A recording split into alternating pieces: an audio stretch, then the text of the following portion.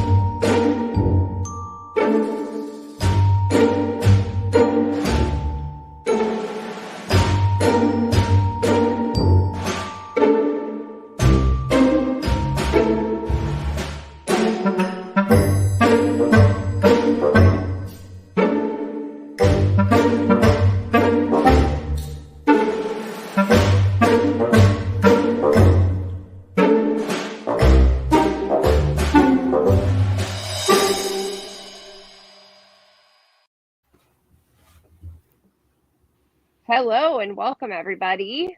Hey, guys. Thank you for being here. I'm not missing tonight.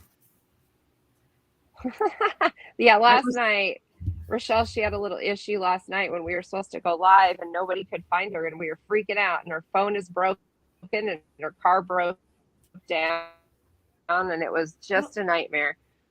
Oh my gosh. Everybody was worrying. Terrible. So yes, you're here tonight and we are glad. They weren't worried. Don't let her lie to you, Richelle, because I watched the playback of them going live without me. Oh, busted. Nobody was worried. They thought I was sleeping. Oh, yeah, we did think she was sleeping, but then I was like, wait a minute. So as much as we called you, somebody would have woke you up. So yes, we were worried. Didn't you see later in the chat where everybody was like, oh, I'm so glad you're here and you're okay. So see, we did. I have a son. Richelle, we're best friends. Christine and I are best friends, so we like to just give each other crap too. So it's kind of fun. As you should. I'm on the side of the 405 getting sunbeaten because the car was broke and I couldn't sit in it without air conditioning because it was 90 degrees. Oh, yes. I'm red as a lobster, and she thinks I'm in my bed night.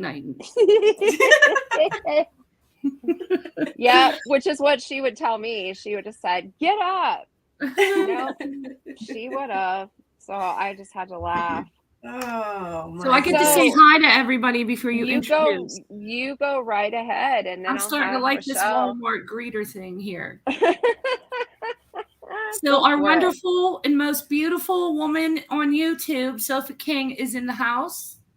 You should have gone. Sofa. You should have gone to the game, Chris. Hi, hey, peace and love and happiness. Riley, #meet Paul Rydell, North Carolina mama. Our friend Nikki, who's also a paranormal investigator. And she is the one that watches your channel. Yes. Yeah. Awesome. She's doing her happy dance.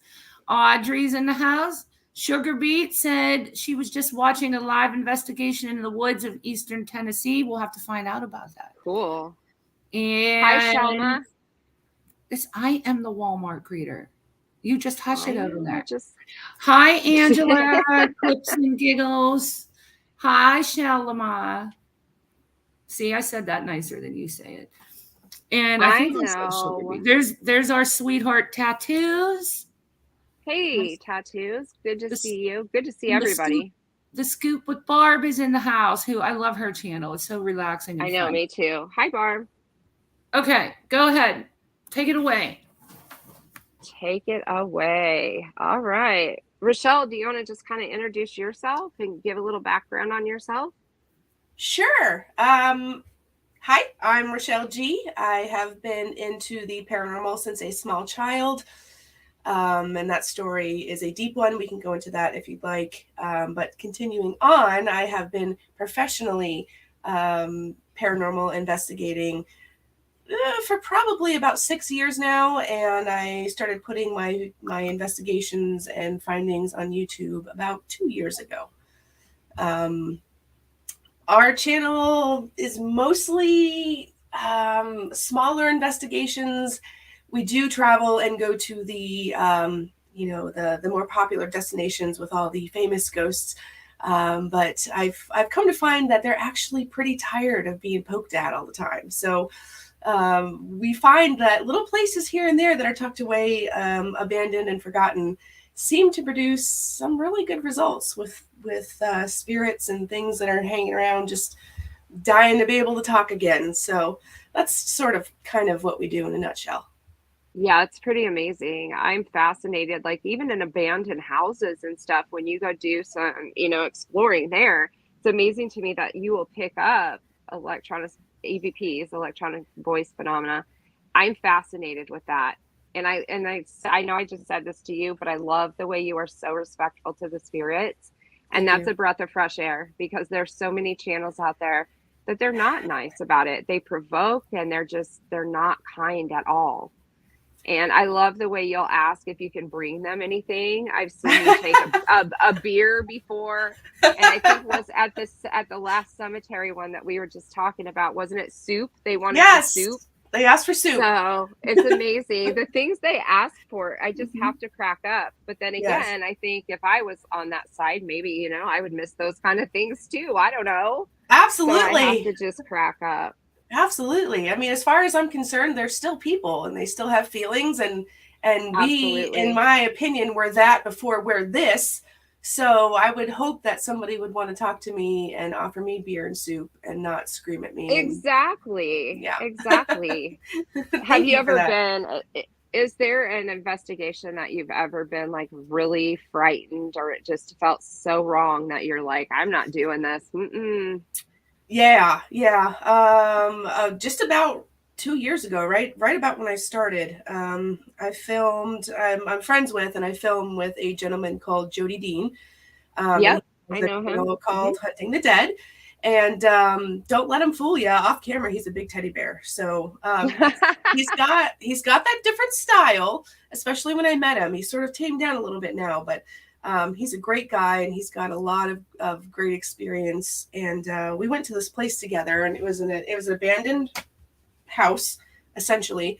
But what it was a spiritual retreat. And at one point, the owners that were running it would have people come onto the property. They would heal chakras. They would work with crystals. But they also did a lot of Ouija work, and they did a lot of dimensional portal traveling. Yeah. And I'm not speculating. This is the paperwork that was left behind at this house. There were explicit directions on how to open portals and basically make deals, depending on what you believe. Right on the paper, though, making deals with demons and crossroads and things like that. It was terrible. We're not going to go into that, but so the feeling right off the bat was just bad. It was icky. That's the best way I can explain it. It wasn't like, ooh, we should get out of here, but it was just unsettling. And right, that's the way I can explain it. It wasn't like, it was the very first time I went there, I actually just flew my drone onto the property to see if I could capture sort of a feeling in or out. We had permission to be here, but it was overgrown and dangerous. Anyway, I actually caught something. Wow. I'm not going to say that it was a shadow figure, but it was a shadow figure. Now, the property was empty, and before Jody Dean and I investigated this property, it was 2 days later we came back. 2 days after I flew the drone. There could have been a squatter, which, if you ask me, is just as scary as a shadow figure, in my opinion. Yeah, I agree. Dangerous too. Yeah, oh yeah. There was something that I caught in the window of the kitchen that comes across and then ducks down. Oh. And this is something that I did not see until after we investigated this place. and I was compiling all the footage to make my little YouTube debut. So I had no idea that this was caught, or else we wouldn't have gone back. I mean, that's just silly to mess with any sort of human or whatever alike, you know? So between that, and it was probably the closest place I've ever come to being, I don't want to say possessed, because everybody uses that word, and it's so, there's so many dimensions to it. But there was a portion of that evening that I wasn't myself, and I knew it. And so it was time to go. So that's some place that I will never, ever, I would not go back. I would not go back to that place. I don't blame you. Was Jody Dean having the same kind of feelings too? Was he? Yeah. Yes, he was. In fact, he started off being wicked angry. And then he got to the point where he was just laughing hysterically, almost like there was like laughing gas in the air. It was very weird. And I actually became aggressive towards him. Like, he just started just really pissing me off. And I told him that on camera into his face. And then we realized that maybe we should get some air and probably gather up our stuff and go. But we have a couple questions from the chat. Sure. Okay. One was, do you do this full time? I do. Is this your full-time job? I mean, if you don't mind. It is. Yeah. Yes. It's split between that and homesteading. I also have a homestead channel, so we have a little farm here as well. But yes. Oh, that's awesome. I didn't know you had a homestead channel. Yeah. Mods, can you please drop Richelle G's channel, please? And then do you want to put the homestead channel in the private chat, and then we can drop it? Yeah. Sure. Yeah, okay. That would be great. Yeah, that'd be great, because we can definitely share that for you. Awesome. Yeah. Thank you. And then you should have gone to the game. Chris wants to know what a squatter is, because they're not familiar with that kind of ghost. Is that a ghost? It's not. No, it's not. It's usually like a homeless person. Oh, Lord. That just, like, there's Christine being Christine. This is how I get my reputation. It's just how, it's usually like a homeless person that is living in an abandoned house or building. Yeah, exactly. It's just sort of a nicer name. Well, I think it's a nicer name, but yeah, I know what a squatter is. I thought it was a ghost, but you know how naive I am. I don't know why I'm naive. No. And I will always say that the live humans are a little more scary to me in those situations, and spirits anytime. I'll take spirits any day. I completely agree with you. That would scare me worse, I think, than anything, because you just never know. You never know. No, don't be sorry, please. Yeah. I thought a squatter was a ghost too. I thought it was a new ghost. Don't be sorry. Be sorry. No. Absolutely not. Look, you want to hear what I thought it was? This will make you feel better, Kurt. You should have gone to the game. I thought it was a freaking ghost that was short. That's what I was envisioning. So there you go. I love it. So now, now when we go on investigations, we're going to be thinking that. I know I will be. You probably will be too, Richelle. Every time you're going to be like, is there a squatter? Absolutely. In fact, my next time that comes out of my mouth, I'm going to laugh hysterically and shout you guys out, because that's just amazing. I love it. Hey, hi, Angie. Welcome. Let me say hi to a few people. Punkette, welcome. KK Bootsy. She said, I think she may have seen that video. And awesome. I know Gold Star Mom came in. So welcome, Gold Star Mom. We're happy to have you here. Okay, I'm done. Gold Star Mom has a question and said, what state are you located in, Richelle G? Oh, right now I'm in upstate New York. But as of October, I'm in upstate New York. I was actually born and raised in Florida. And yes, I did move up here on purpose. Don't know why yet, but here we are. I love it. Nikki Bo wants to know, which is your favorite go-to equipment when investigating? I keep it simple, but always love to ask. Nikki, me too. Super simple. I find that I usually, especially if I know I'm going somewhere, I'll pack everything, and I'll end up using like 2 things.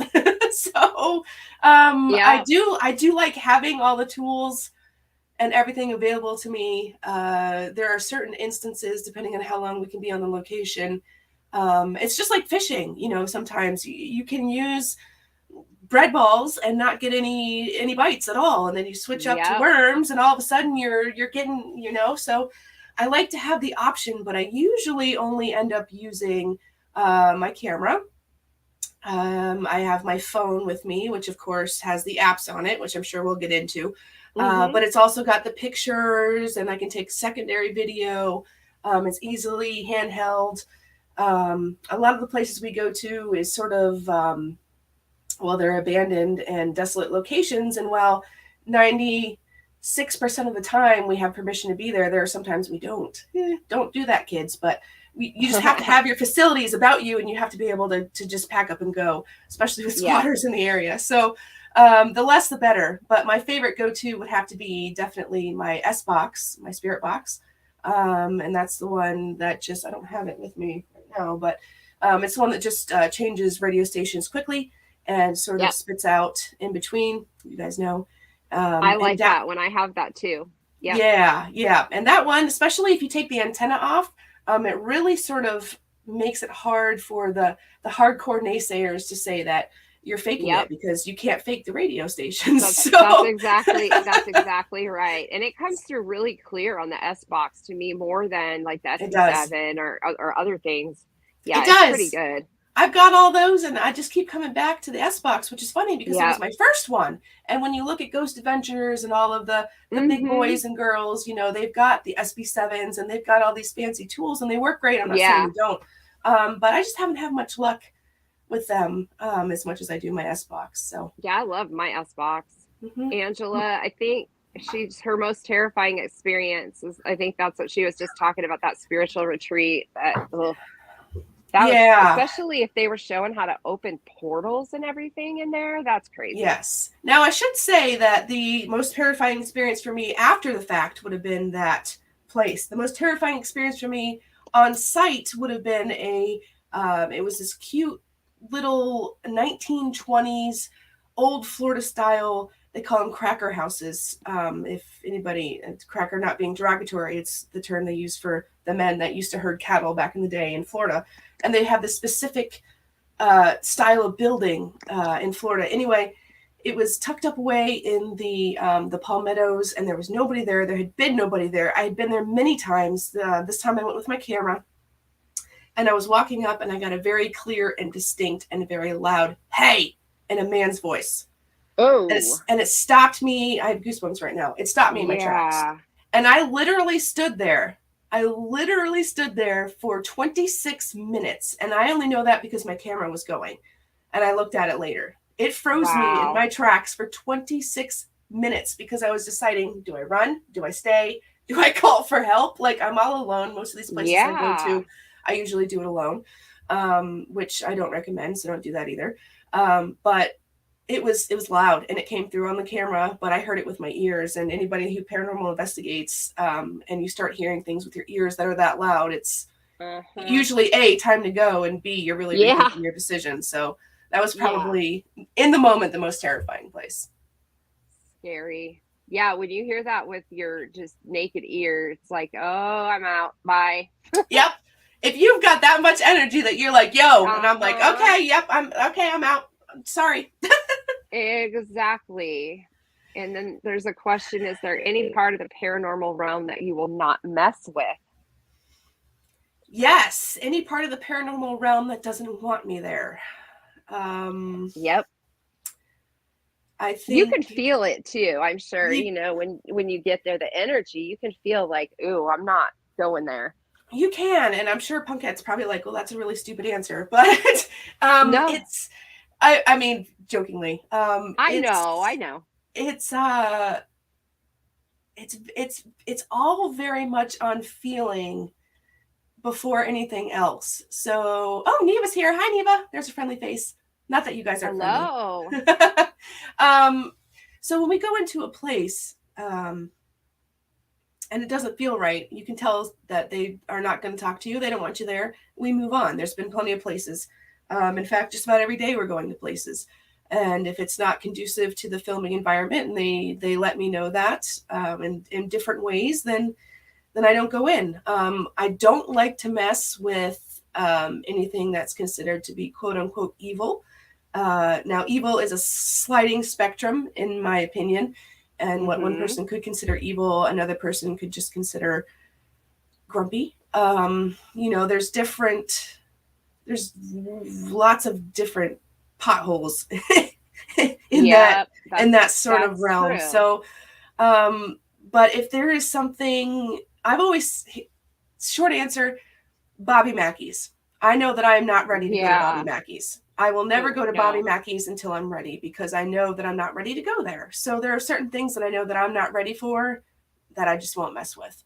If anybody's, go ahead. Sorry, I didn't mean to interrupt. I was just going to say, if any of you in the chat don't know about Bobby Mackey's, look it up on YouTube. There's tons of videos, and I am not ready to go there either. It's not someplace that I would want to mess with. There's just a lot of things going on there. So sorry about that. Go ahead. No, there is. That's exactly, I think, what I was trying to say, is that the spectrum and the realm of I guess just the fortitude that you need to put up with everything from the innocent to the not so innocent. And there's just so much in between in that one location. I just don't think that I'd be ready for it. And I think it would probably hurt me in more ways than one. So will I go there? Maybe one day, but not yet. So I'm with you. What kind of camera, please? Old school professional cameras. Oh, that is a great question. And I actually have all of them. I've got everything from what would be old school and up to what people would consider professional. And my favorite, honestly, are the old school ones when it comes to just the photography part. If I'm just trying to capture spirit photos, mist anomalies, orbs, that's a whole nother discussion, and things like that. The old, I've got 35 millimeter Canons that just never disappoint. But I only bring them out in certain locations that I know, because it gets expensive, right? You can't just go everywhere and start snapping photos on those older cameras. And then, you do digital photos now. I can go into a location and take 3,000 photos and only come up with one good one. Well, what I would consider good. So, the camera that I film on actually is just a GoPro Hero 8. And it does really well with a media mod on picking up what I consider to be EVPs and hearing things that I can't at the time. And as far as the photography goes, usually I just either use my phone or I use my 35 millimeter Canon. Yep. I've heard. Yep. See? Gold Star Mom knows. See? There's just certain, and I don't know if it's like a premonition thing. I don't know if it's the universe letting you know, if your spirit guides are letting you know, but there's just some places. Now, that doesn't mean that you can't walk into your kitchen and get blindsided by something that has a message for you, but there are just certain places where things congregate that you're just like, okay, not ready for that yet. Exactly. Yeah, that's one place I don't think that I would care to go either. Yeah. Oh, they're saying, what about colored orbs? Oh, yes. The orb discussion. Well, what does everybody think about orbs? I have my theories, but I see Angie's got the question, what about colored orbs? Yep. It's a hot topic. It's a hot button for people. And it is. I think we love us some orbs. I am definitely team orb. Me too. I'm also definitely team lots of things could be orbs. Yep. You're good at debunking, though. I mean, I've even seen it on your videos where you'll be like, oh, nope, it's not this, So it's like you don't think everything you see is an orb either. So no, gosh, no way. There's too many atmospheric, wonderful things on Earth that you can capture that is up for debate. And yes, it makes for a good discussion. It does. Sure. It does. It makes for a great discussion. And I have a question. Of course. Have you ever seen an apparition? Yes. Ooh. Do tell. Well, the thing that started all of this for me, I was camping with my dad. We would go camping all the time. And there's this one campground in particular. It's called Starkey Park. It's in Pasco County, Florida. And they have a section that they had recently discovered to be a homestead of the original proprietors of the land. Oh, wow. So they found a well, they found a couple grave sites, they found pieces of an old car, old cattle fencing, and like the chimney hearth thing. Wow. So they made it into like a little like trail that you could go around and visit. So we would go, before they found this, but especially afterwards, we would go and walk this trail with our little throwaway disposable cameras, and we would try and catch orbs and different fun things, mainly lightning bugs and things like that. But we were sort of dabbling in the paranormal back then. And it was one night in particular. I was the only person there with my dad. There were possibly 2 other grown-ups. I can't confirm, but there were definitely no other kids. I was probably 6. And we're on the trail, and we look across, and there are 2 children standing across at night, clearly visible, staring at us. And, oh, wow. And they were so like, they were so normal. They were so like there. And I was like, hey, I thought I was the only kid here, you know, because right. when you're a kid, before you get awkward, you want to make friends and play and all that. Right. And he's like, you are. You know, the park, they close at dusk. You know, there's nobody that's checked in. You're the only kid as far as I know. Maybe not. And so we took a couple steps towards them, and they just literally just dissipated. Wow. And my dad, he was a fun guy, but he was a Navy guy, you know, and feelings just weren't talked about too much. But sure. He talked about that a few other times, but that was it. Like he saw it, I saw it, we acknowledged it, and it was done. So ever since then, it was like, okay, there is definitely something that I want to play with and figure out here. I was just going to ask you that if it was because you were a child, if you know, they often say that children are more open to seeing things like that, but then you just answered me by saying your dad saw it as well. Oh yeah, he saw it. He acknowledged it. We talked about it a few times, and that was it. And what were they doing? They were just standing there staring at you. They were standing there staring at us. Like it was like this. Like the trail comes up. There's one way in or out, but then it does like a circle around the homestead part of it. And they were just on the other side of the circle part. And we're just standing there staring. They're standing there staring. And then it was a little boy and a little girl. Like I can remember them clear as day. And that was it. And then they were just gone. Crazy Mama of 3 said the cabins are haunted there, and she said we used to go in high school and it was so scary camping there. So she's familiar with it. Oh, cool. Yeah. That's awesome. Yes, they are. We would always stay in cabin number 7. She said she lives just down the road from Starkey Park too. Oh, very cool. That's awesome. Yeah, that's awesome. That's really cool. Can I add? I'm like hogging you up. Go ahead. Another question. Yeah, go ahead. Oh, wait. Let me ask Nikki Bo's question first because our subscribers are more important than me. Let's see here. And I know she was so excited about you being on. It's a loaded question, but what do you think of the black-eyed children? I have been fascinated by it for years. No. No, thank you. Nope, not today. No. Nope. Nikki Bo, would you like to come up on panel so you can actually meet Richelle? If you would like to come up, let us know and we'll drop you a link. I think the black-eyed children are terrifying. That's what my response was. Yeah. Again, with certain things I don't mess with. Children, except for the ones that I saw that night. I mean, they just, I don't know. There are ghost children, and then there are things that pretend to be friendly ghost children. Yes. Ooh, that's creepy. Nope. Oh wow, Gold Star Mom. Yep. Yes. Yep, they do. They can. Gosh, there are people with gifts that can literally just walk down the road and see all sorts of people that just aren't in the physical realm, and it's just, that fascinates me. They look just like people. Yeah, it's startling when you're not used to it, but after you're able to do that for a while and you pick up that energy and it manifests, it's like fascinating. Yes, very much so. Hi, Tara Boom. I hope you're feeling better.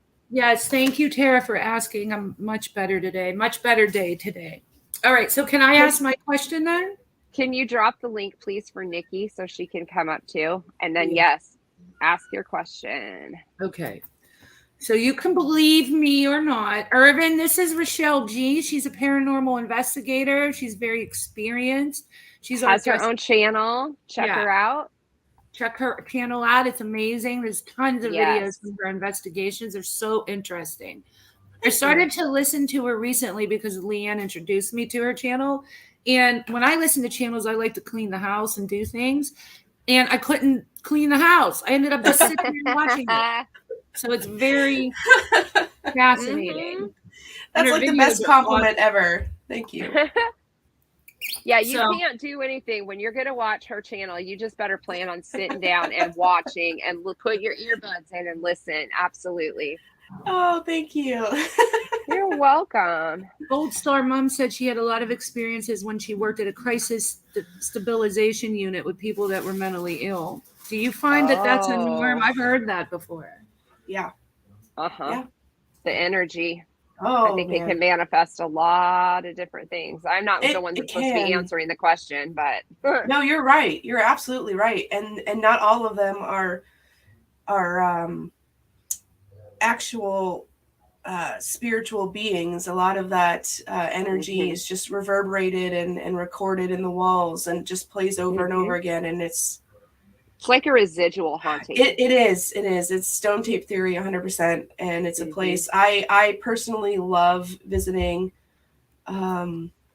asylums, if you will, for lack of a better term, of the places that are closed down, especially up here in New York. My God, there's like one on every corner. It's terrible. Yeah, I think so. I've read a lot about them. It's like, wow, my goodness. Yeah. And I love going to them, but I have to limit myself because they're very draining. Not necessarily in a bad way. It's just gosh, it's sort of like walking into a classroom full of kindergartnners, and everybody's just so excited and everybody wants to talk at the same time. And it's wonderful, but it's also very sad. Nikki was backstage, but she dropped. Nikki, can you come back? I was just about to let you up. Oh yeah, come back. I'm sorry, I didn't mean to interrupt. No, you're fine. Coco said she teaches her son to talk kindly to children, goes and asks them to leave because they were scaring him. It worked, and eventually they stopped appearing. Yeah, they listen. They will listen. Unless you've got a open window or a portal or something, or a bad habit or something that is not allowing that to happen. But they will listen. You got to talk to them sternly like your children, and they usually will listen to you. Yeah, welcome, and that's what I was taught Hello. too. Hey, Nikki. Hi, Nikki. Good, I'm glad you came up. Hey, thank you so much for having me up. Appreciate it. Yes, sorry, of course. We know how excited you were. I was. I'm a huge fan. I am. I'm not like a stalker fan, but no, I just have a lot of respect. I love it. Thank you so much for being here. She's not a stalker fan. She's just a Stan fan. Just a big stalker. No, I love that. I love the way you investigate. I think that I wish more people would investigate like you guys do. Oh, thank you. That really means a lot to me. I appreciate that. I said Stan fan, Richelle, because we did a parasocial relationship study. We did a series on it. I know, right? I am not a parasocial, I promise. Yeah, you're not a Stan. I have most respect for folks that really appreciate it and do what she does. But we learned about Stans. But yeah, Nikki's definitely not a Stan. Okay, so here's a question. Richelle, you've been to Gettysburg, right? Definitely crazy, but I'm sorry, what? It's just you've been to Gettysburg, right? The comment that was up about Civil War battlefields. How was that? I was actually in Gettysburg last week. How was that? Oh man, it was It was beautiful. And let me tell you about double-edged swords and places like that. It's a perfect example. You can roll through there looking for paranormal and just come across the most stunning sunset that you've ever seen and not feel a thing. Mhm. And then Wow. you can be rolling through, looking for a restroom at a gas station and just be hit in the face with, 15 spirits that have something to say. We have That's so many amazing. questions in the chat. I'm going to try to get to all of them. I'm going to be going back and forth searching. So bear with me because you guys And also, you're so interested. So I'm going to be popping these up Chrissy, here can we at you. can we Yeah. drop both of her links? Yeah, I asked the mods to. Perfect. I saw somebody mentioned it in there again that said, can someone mods please? Can you drop her link every 5 minutes if you don't mind? Thank you so much. Yeah, and she put her other link in our private chat. So if they want to, if you can put that out there too. I want to advertise both of her channels. Yeah. Thank you. You're welcome. I got to ask my question before we get... Go for it. Of course. Rapid fire. Let's go. Okay, so I lived in a house with my husband. It was our first house. I moved in with him. Okay. He never told, it was his house, and then he owned, and then I moved in with him. Okay. And the first night that I lived with him, I woke up. He told me he was going to work, and it was like 5 a.m. He kissed me on the forehead, said, I'm going to work. I'll see you when I get home. And I heard cabinets and drawers opening downstairs. So I stood at the top of the steps and said, I thought you left. You're being so loud. And there was no answer. So I go down the steps, and there was nobody there. I grabbed my shit and ran out the door and drove around. Came up. And then I called him and I said, I told him what happened. He started laughing. Now, this is the house he grew up in. He bought it from his parents because they'd divorced, and moved to different places. So he purchased it from his parents. So he grew up there, and he knew that there was activity. So I had to get used to it. Now, here's the thing. After we had two kids. They were babies. And when my husband would leave for work, I'd be dead asleep. And the kids were down the hall in cribs. And I always shut the door because I felt whatever was in the house was in the hallway. I could feel it so strongly. So it would keep my bedroom door shut, and I would feel safe in there. And I'd be dead asleep, and it would bang on my door and yell, Chrissy, in my husband's voice. I would jump out of a dead sleep. Not knowing if I was dreaming or if it really happened. And then it would happen constantly. And then it happened to my husband. If he were home alone and he were asleep, it would bang on the door and yell, Emmett, really loud in my voice. And then we were hosting a card game one night. My cousin was there. She didn't know anything about this because I wouldn't talk about it. And she went up to use the bathroom. She came back down. She goes, what did you want? And I said, what are you talking about? She goes, why were you knocking on the bathroom door? Talking. Like, what did you want? I kept saying, what do you want? And you wouldn't answer me. And she said I was knocking on the door saying her name. And it was in my voice. And then my kids they were 2 and 3, would jump out of their cribs screaming, there's a man in their closet. My son got a boo-boo on his knee, and he was upstairs yelling for me, and it talked to him in my voice. And he came running down the hall. Like, things would happen like that constantly. It would shake my bed. And you know how people, if you're sleeping, you're not knowing if it really happened or if it's a dream? I would lay there to make sure I was feeling it after it would wake me. It would shake my bed if the kids woke up before me. It would wake me up if the kids woke up. It would let me know my kids were awake. In the cribs. Is that something you've ever experienced? And what the hell was that? Yeah. That's a loaded question. Yeah. Well, my first question to you is, when your husband was growing up in that house, did he ever experience anything like that? Yeah, he would get scratched a lot when he was a kid. Okay. He would wake up with scratches on him. Did you guys ever do any research on the land of the home and what it was built on? There was water under it. Yes, he did. There was water. There was a well either under it or right next to it. Okay. But other than that, and then it was in a fire, and it was remodeled. Who owns it now? It wasn't either Gold Star. Huh? Did you guys do any remodeling Yes, during that we time that you were remodeled in it. it? Oh, hello. We remodeled it. You And sold I it, got right? so used to the Did you sell spirit. it? Yeah, we sold it. I couldn't take it anymore. But I got so used to it, I wasn't afraid anymore. I mean, it was terrifying when it would bang on the doors, but it seemed almost like it was watching over the kids. I can't explain, because it would literally wake me up if the kids were awake in their cribs. So then I got confused. And maybe it wasn't evil. Maybe it was just letting us know the kids were awake. I don't know. It would be 6 a.m. and it would be banging on the door. And my kids are Irish twins. So they were both in cribs. And it would tell me. Yeah. Yeah. But my mother, who had a sixth sense about things, I think I got it from her. I do too. When she would babysit, I would come home at 3 o'clock in the morning because I owned a nightclub. So I would get home 3, 4 o'clock in the morning. And she would literally be sitting outside on the doorstep because she couldn't take the negative energy. She said it was negative. It was horrible energy. Wow. Really?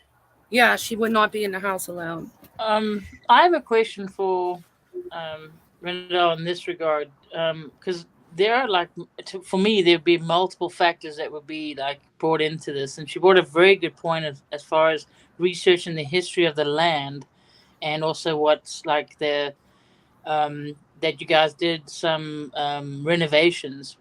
Did the renovations start? I mean, did the activity start post renovations, or were they always there, even regardless, the moment you moved in? So there was some renovation.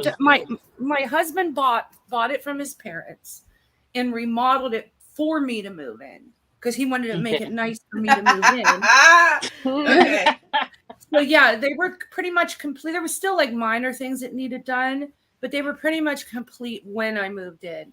And then the like I said, the house caught on fire before I ever moved in. And when he was little, and then that was remodeled when he was a child. But so it was remodeled twice. But after we moved out, the neighbor called us once. The house was on the market because we bought another house. The house was on the market, and our old neighbor called us and said, "There's somebody in your house." And and then we got dressed around because we lived 20 minutes away. He said all the lights were on and somebody was walking back and forth in the living room and there was no curtains in this big picture window. So we're okay, we're getting dressed. We were almost there and he called us back and said, never mind, the lights went out there and there was nothing there anymore. Can we investigate it, please? So right before it sold, I started to look into investigators coming to investigate it, but we had moved, and then I just didn't do it. Yeah. But we did manage to talk to the people about 6-7 months that bought it later, and ask them in a roundabout way. So, are you happy there? How's your experience? Do you feel like it's a nice feeling in the house? We didn't want to say it was haunted. What I mean? We told it was haunted. Yeah, they didn't mention anything. We said it was awesome, that it was cozy. So whatever happened to us was not happening to them. No, because your husband's haunted. Yeah, I was wondering if they had an attachment. Is that what it is? It very well could be. I think. I wonder. It very well. See, here's the thing. There are spirits in the spiritual realm, right? My opinion. There are also dwelling spirits. Yeah. That are completely different. Yeah. And then on top of that, there's also land/nature spirits.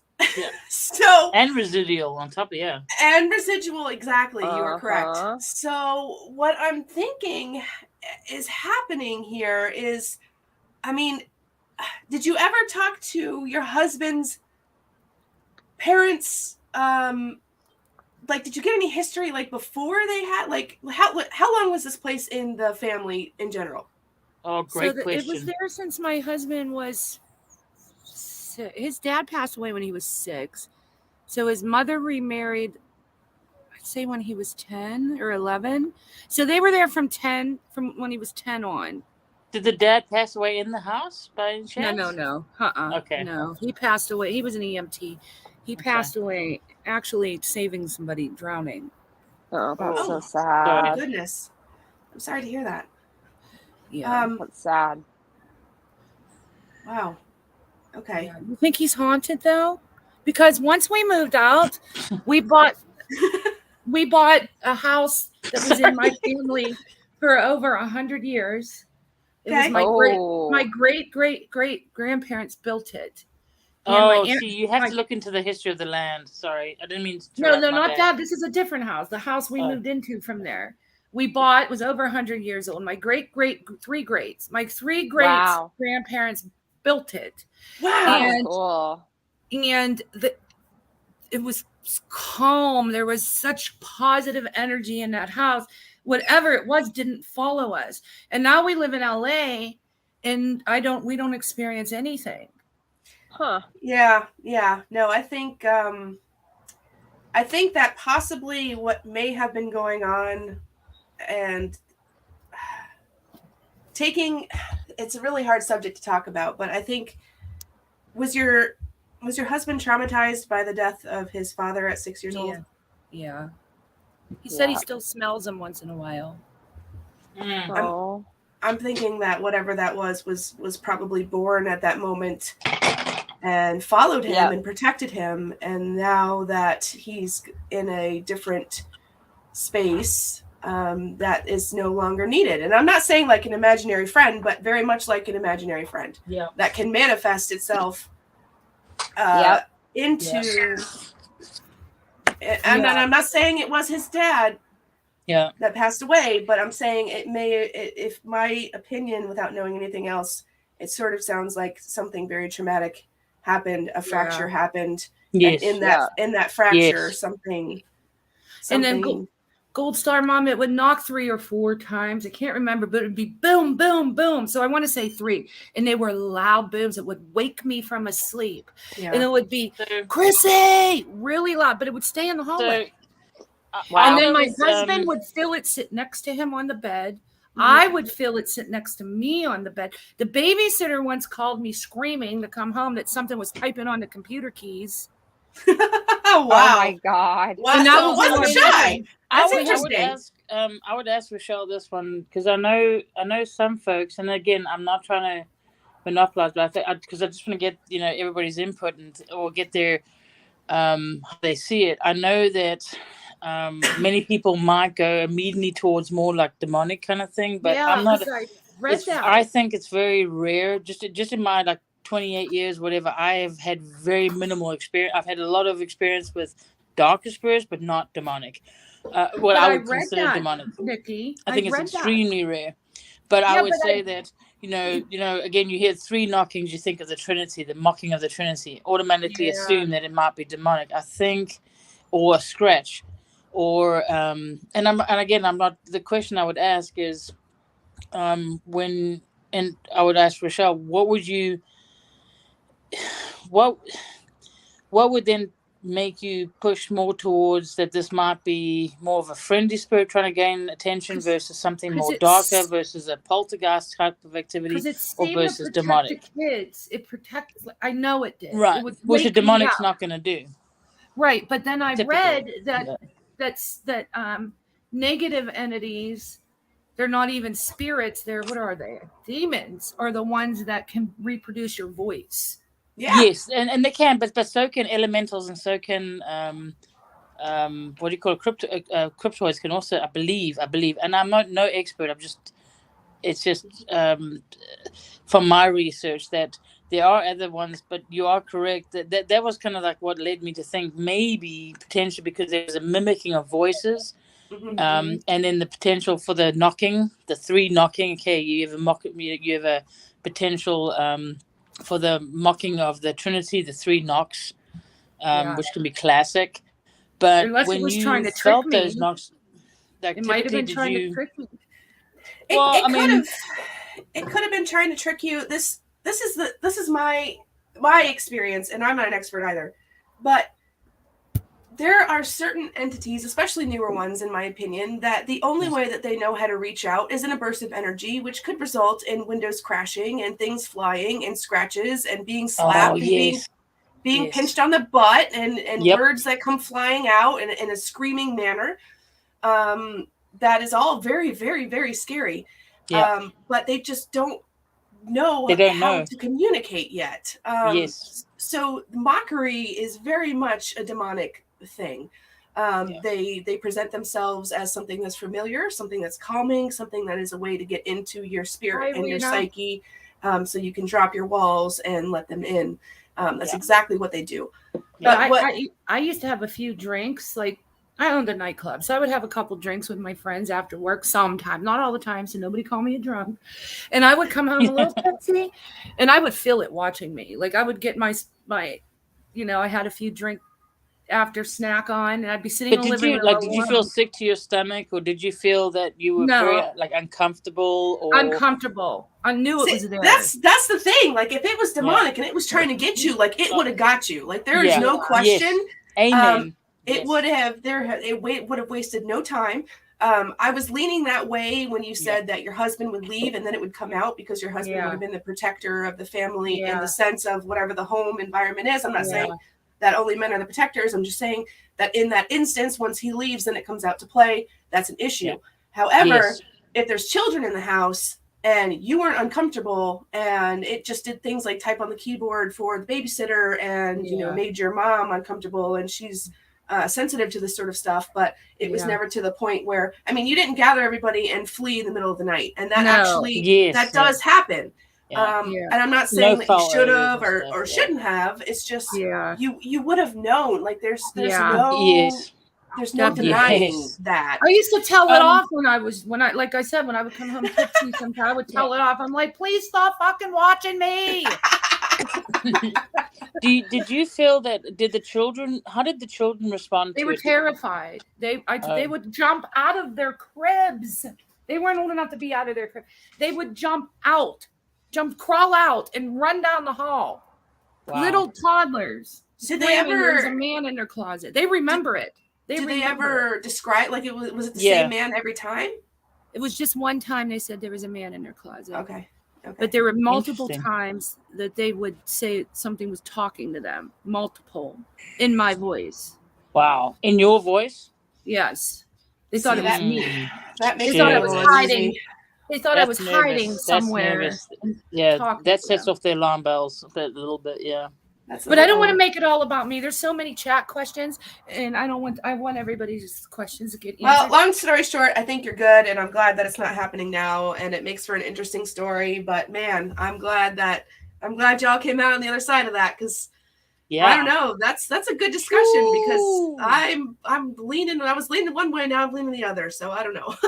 I'm in the same stretch as you. I'm like, oh, this could be an interesting one. Can we have a round table on that one alone? Yeah, oh my gosh, a crazy one. Irvin said, is there a time limit for spirits to stay as a spirit, or they just stay a spirit forever? And can they move next door, or they can't leave certain places or homes? Wow, that is loaded. Wow. Holy crap. Okay. Well, I, again, am not an expert, but I will say, in my experience of chatting with some of these spirits, I've come to understand from the ones that I've chatted with in my own experience that they are free to come and go as they choose, as they please. Spirits that have departed a human body, vessel, or experience go to wherever they are. I'm not going to comment where they go. I just think that they go to heaven or wherever they go, it doesn't matter. They are free to travel, especially when people are missing them, or people are talking about them, or your ears start to get a little hot, or you get a little itch on the back of your neck, or you see a cardinal, or you smell that cookie. That just reminds you of them. I think that they are absolutely in tune to come and go as they please. I don't think there's a time limit. I think that they choose to either go on to another human experience, or they choose to stay where they are, or they can choose to move on up into a realm where they don't have to worry about silly human things anymore. Mm-hmm. And they just choose to do whatever they want. It's definitely, they can come as another person. They can stay as they are. They can be whatever age they want to be, I feel. They're not necessarily there in their sickness or immediate untimely death or whatever has taken them. I think they choose as they want to see themselves, as happy as they were in their life, and that's how they choose to present themselves to the people that are still here. So I really don't know the answer to that, but just from what I've conversed, great question. It is a great question, but they come and go from what I can understand in my very small human knowledge, as they please. What do I think happens to people when they pass away? Why do you think some stay earthbound? I think that's hand in hand. Yeah. Sort of with the same answer. I think that when people pass away, from what I understand, is there is a great homecoming, is from what I have been described as friends and family members, all the way back through previous lives even. I don't know if anybody here believes in twin soul flames and all that stuff. Yes, but absolutely. But you can, from what I understand, you can skip through many different lives and meet the same soul as different forms. And these people who are also our teachers are also there as well. Our pets are there. I think once they leave the physical body and they go into the spirit realm. Oh, I'm so glad you brought pets into it. It's so true. You're so right. I think, in my opinion. Look, everything is just energy, right? Yeah, so energy. it's human or animal or whatever. And again, these are my beliefs, yes, but it's just sort of what I've come to understand in conversing with the spirits that want to converse about it. Not all of them want to talk about it. It also depends on how they pass away. Some don't even know they're dead. It's a whole mess out there. Well, you brought up a brilliant point when you said, and it was earlier when you said it, that, the areas that, like the hotspots that everyone wants to go, Trans-Allegheny, Waverly Hills, all those kind of places, they often are totally oversaturated. And imagine what it's like for those spirits constantly being asked by these investigators, and also by people that perhaps don't follow a doctrine of not provoking. So they're constantly under this. It's all energy, I believe. So when you come in, you bring your whole group's energy into that room, and that's going to affect everything around you. Yeah, it does. So, absolutely. That's exactly what we love to do. We love to go to places that are completely off the grid, and you 100% nailed it, because you do get better stuff. Because if you're just quiet and you just sit and let them come, most of them want to talk. And the ones that don't, they do. You'll know it, and then you be respectful and leave them alone. I agree with you. I mean, it's I think that the dynamics within an investigative group, and that's why, like, kind of Halloween, you get these groups that go out and they think it's fun, and they'll go to cemeteries and they'll do seances, and they're like, please don't do that. Don't do that. And that's just me. I'm very anti that kind of thing. I know Leanne and I talked about it as well, because you're opening something up that you cannot close, or you don't know that you're not able to close, and then you can get something like an attachment, and you may think it's BS until things start to happen, because it's very subtle. It's very subtle. It's very extremely subtle. I mean, just all like produce starts going bad, and you start, you do your car. I mean, sorry, so subject. But like no, I'm right there with you. And when we talk about it, and we kind of tell folks, is there are ones, and I think this is where Hollywood sometimes can be our worst enemy, because they always say, every investigation you go on, you're going to get something. And I'm sorry, I've gone for weeks without nothing. And that's not nothing. Yes. It's personal experiences, but not like, freaking, tables overturning. 100%. Lights going off. Nope. And it might be personal experiences, and I'm okay with that. I'm totally okay with that.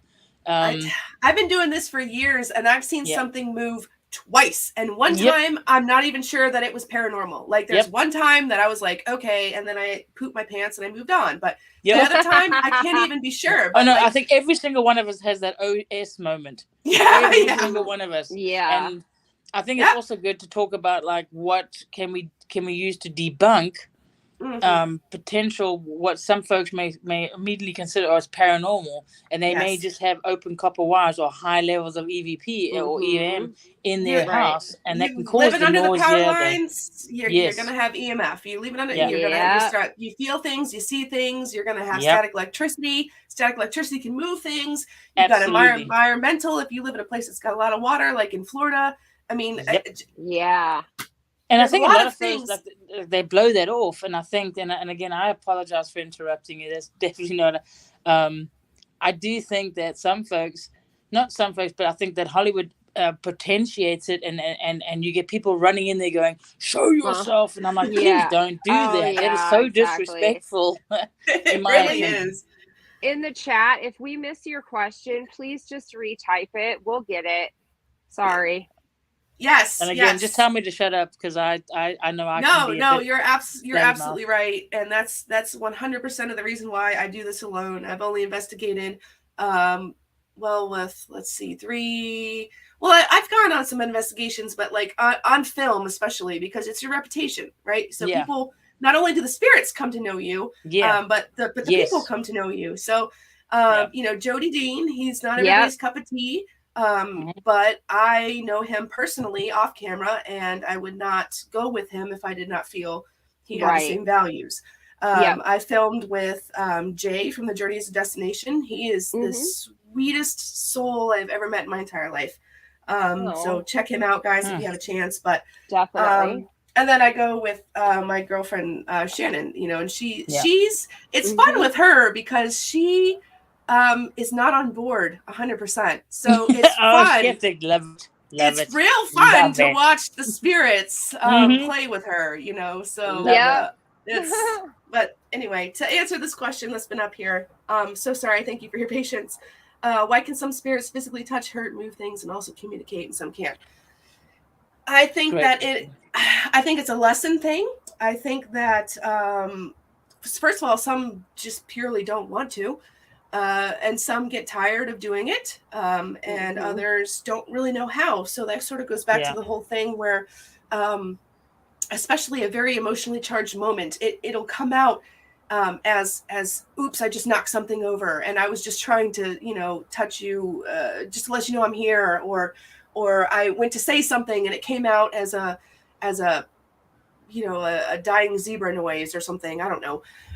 It's something that I think that they have to learn how to channel, because it's a completely different. It is, and it's like how when you're looking at something like that's underwater and it's skewed. I had a spirit one time that sort of explained it like that, which is probably the closest thing that I ever came to understanding it. So you want to do something and you want to touch something that's underwater, but the water skews it and puts it in a different location, so you'll miss entirely. So it's sort of like that. It's from what you nailed it. I think you're absolutely right. You have to manipulate the energy around it, because everything in nature is energy. So if you can not manipulate it but harness it and then move it, and that's what the older the spirits gets, the more proficient they are at not manipulating but moving. That's exactly. It's manipulating. You gotta harness it, and then you gotta internalize it, and then you gotta spit it out. And it takes immense amount of energy for them, so they're gonna be exhausted. It does. And your batteries get drained and everything else. Hey, chat, I'm going in order, guys. So please be patient with us, because you guys are all asking great questions. Oh yeah. So this is a good one. What would be the simplest? Hold on, Nick. 1 second, honey. I'm sorry. My bad. No, you're good. I just want Leanne to know how I'm doing it. So I'll put them up there, Leanne, in order. Irvin is asking a lot of questions. So he just had 2 of his answered. So I skipped one of his and went to Coco. But I'll get back to Irvin's last question, and then I'll go. And I see there's lots of questions like Tracy. And if for some reason we do miss it, because the chat sometimes will go fast and we can't find the question again, just retype it and we'll grab it. Please have patience with me, guys. We appreciate it. Okay, go ahead. I'm sorry.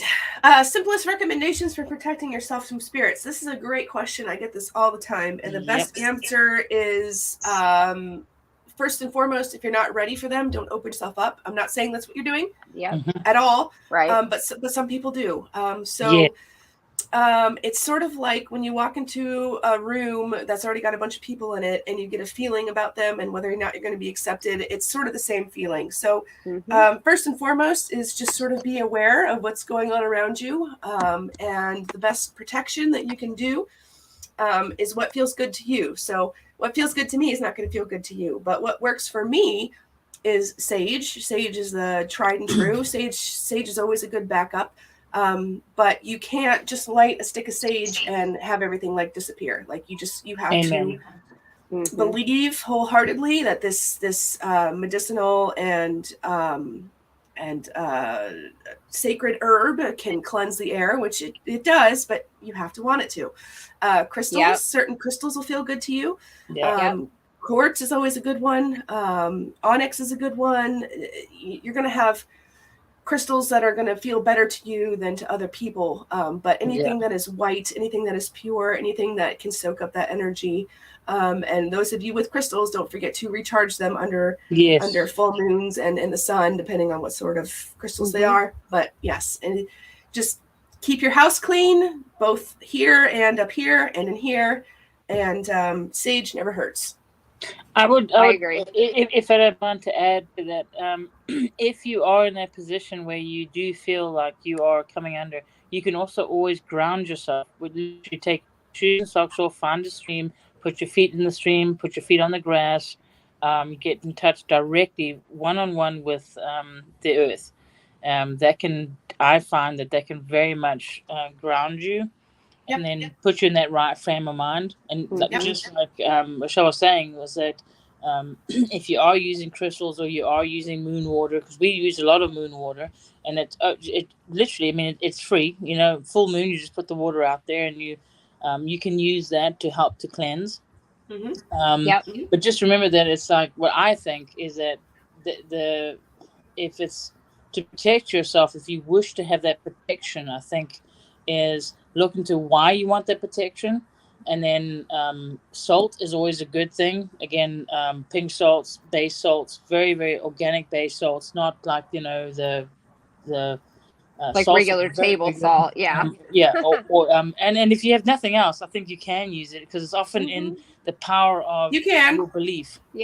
If that's all you have, then use it. Then that's all you got. Absolutely. Then use it, right? Use it because it all comes down to your belief system. But if you are truly turmoiled, I think what you can do, especially if you want to center yourself, is take your shoes and socks off. If there's a stream around, or if there's a lake around, or just grass or earth, put your feet into that. You'll be amazed. And just sit there and be quiet. And I tell you, you will send up. At least that's how I use that to help center myself pre and post investigations. I do it sometimes even when I just feel, I just feel like something might be around me that's not feeling so good. I'll just go out there and do it, and I feel 100% better when I come back in. It's like, oh, I feel so clear now.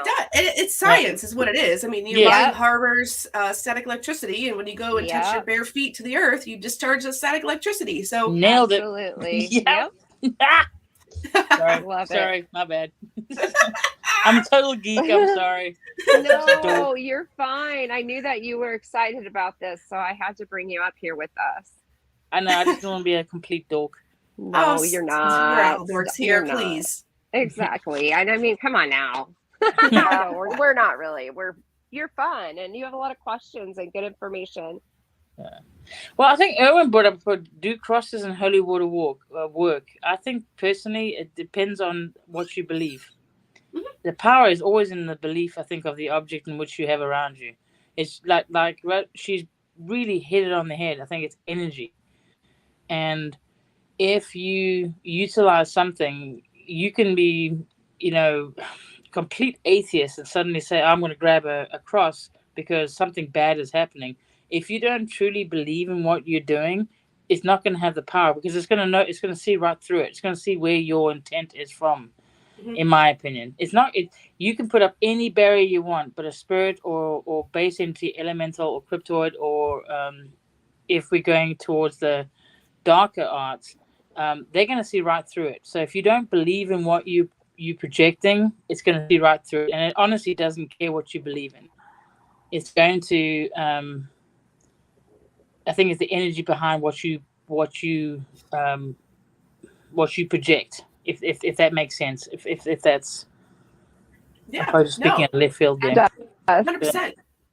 I mean, you can literally take, a rosary and the holiest of symbols, and it can absolutely be your armor.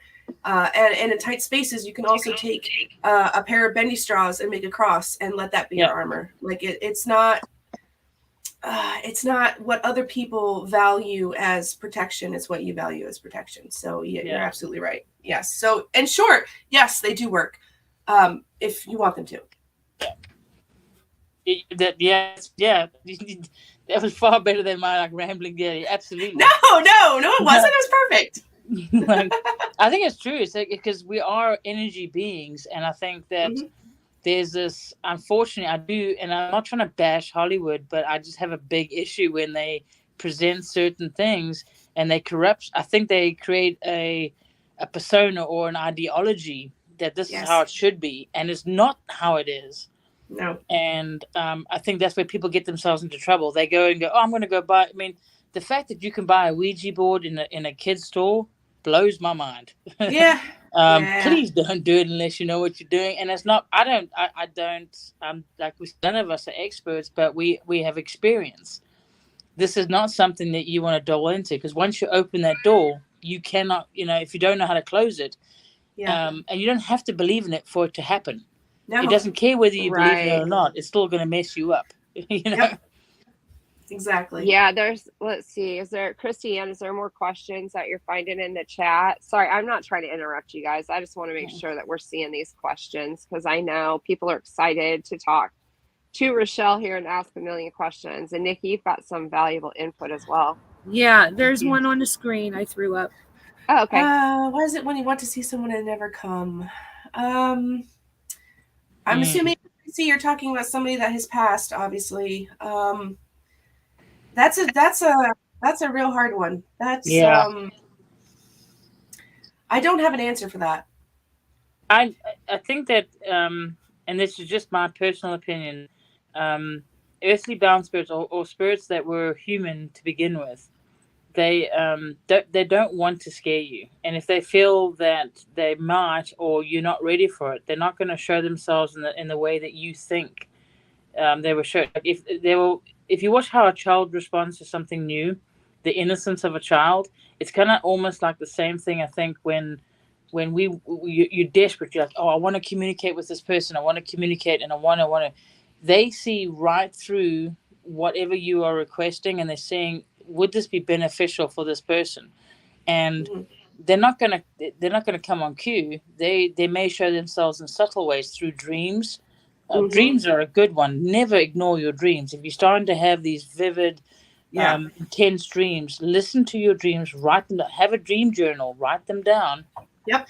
And when you feel, when your spirit is settled, and you're more receptive, they will then come to you, potentially, if that's what you need. You may not need that. But remember, when you do that and you keep calling something, especially if you're using some kind of an open medium, you could call anything. And anything can then come in and go, oh, I guess I'm your loved one. And they may not be that case. So it's having that, is settle yourself, be calm within yourself. And then if it's meant to be, they will come to you. They're not at our beck and call. They're not at our beck and call. No, if that was the case, I'd be way more famous than I am now. I know, right?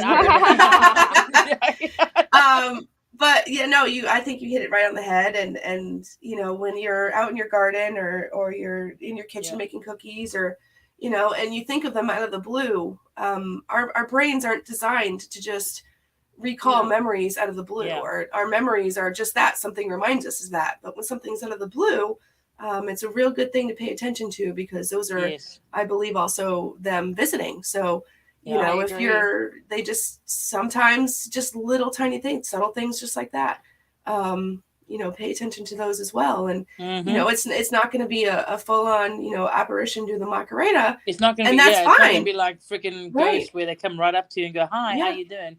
And if it is, then great. But Yeah. it's the little things, and I've experienced that honestly, actually, with the passing of my father. Like I haven't had that earth-shattering, like, holy crap, that was him, you know. Yeah. Right. But there's been a billion other little things, including right now. I'm counting 6 lightning bugs on this window in front of me, and that was sort of our thing. So that's cool. that's sort of a little, and sometimes that's all it is. And even if it's not, you know, if you put those feelings to it, then let it be. And it is. Yes. Exactly. Yeah. And I can honestly say too, like Tracy, my mom told me she had cancer, and we had a lot of discussions about, you know, she knew I was going on ghost hunts and different things, and she loved it. And she used to tell me, if I can figure out a way to communicate with you, then I will. I have never gotten her, you know, on any kind of spirit box, or she comes to me in dreams.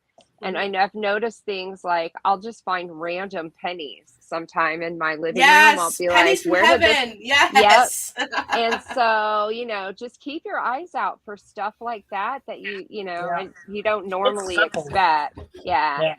And a lot of times, especially if they're newly passed or they're newer souls, they have to learn too. They do.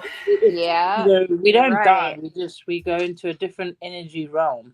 So when I think, in my opinion, when somebody passes, they that energy is not what you know in your time. It's it may be different, and they absorb different energies around them. So that's why I always said, have a dream diary with you. Just go with it, because dreams are very things. I mean, I get all my stuff through my dreams mostly, and then through nature. But that's why I hike a lot, because my greatest strength, I find, is when I'm out in nature, and I'm more receptible. Exactly, and I get so much more, and I think it's because we quiet our conscious brains, and we allow the subconscious, which I think which we had as kids, to just open up and to receive, but we also have learned to build certain defenses, because otherwise you're going to get absolutely drained. You're going to get in this horrible. But I do think that if you are trying to call your loved one and you're desperate, bearing in mind you're holding them to that stasis, and they may not be able to move on to their next necessary journey. So I think one should be wary of that, is that when you're desperately holding on to them, they may not be able then to progress. I mean, that's also a possibility. Yeah, I agree. Hey, did Rena? Yeah, Rena's got a comment there. Yeah,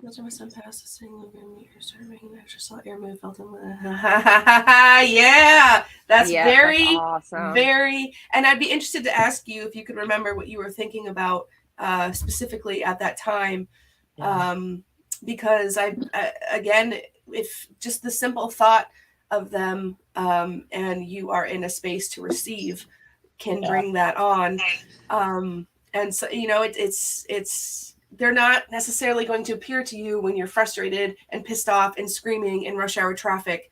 Yep. You know, so if you were just sitting there quietly reflecting, then I like that comment. Actually saw air move, because I've seen that a few times, and it's very hard to describe. So I like the way that you put that. That's it's hard to say, but it's sort of, it's like, you know, when you're looking down the road and it's hot and you got the you know, or the mist in the morning. Yes. Rena, exactly. Rena's son passed, and she's gotten so many signs. We were lucky for her to share pictures that she's even captured him in pictures.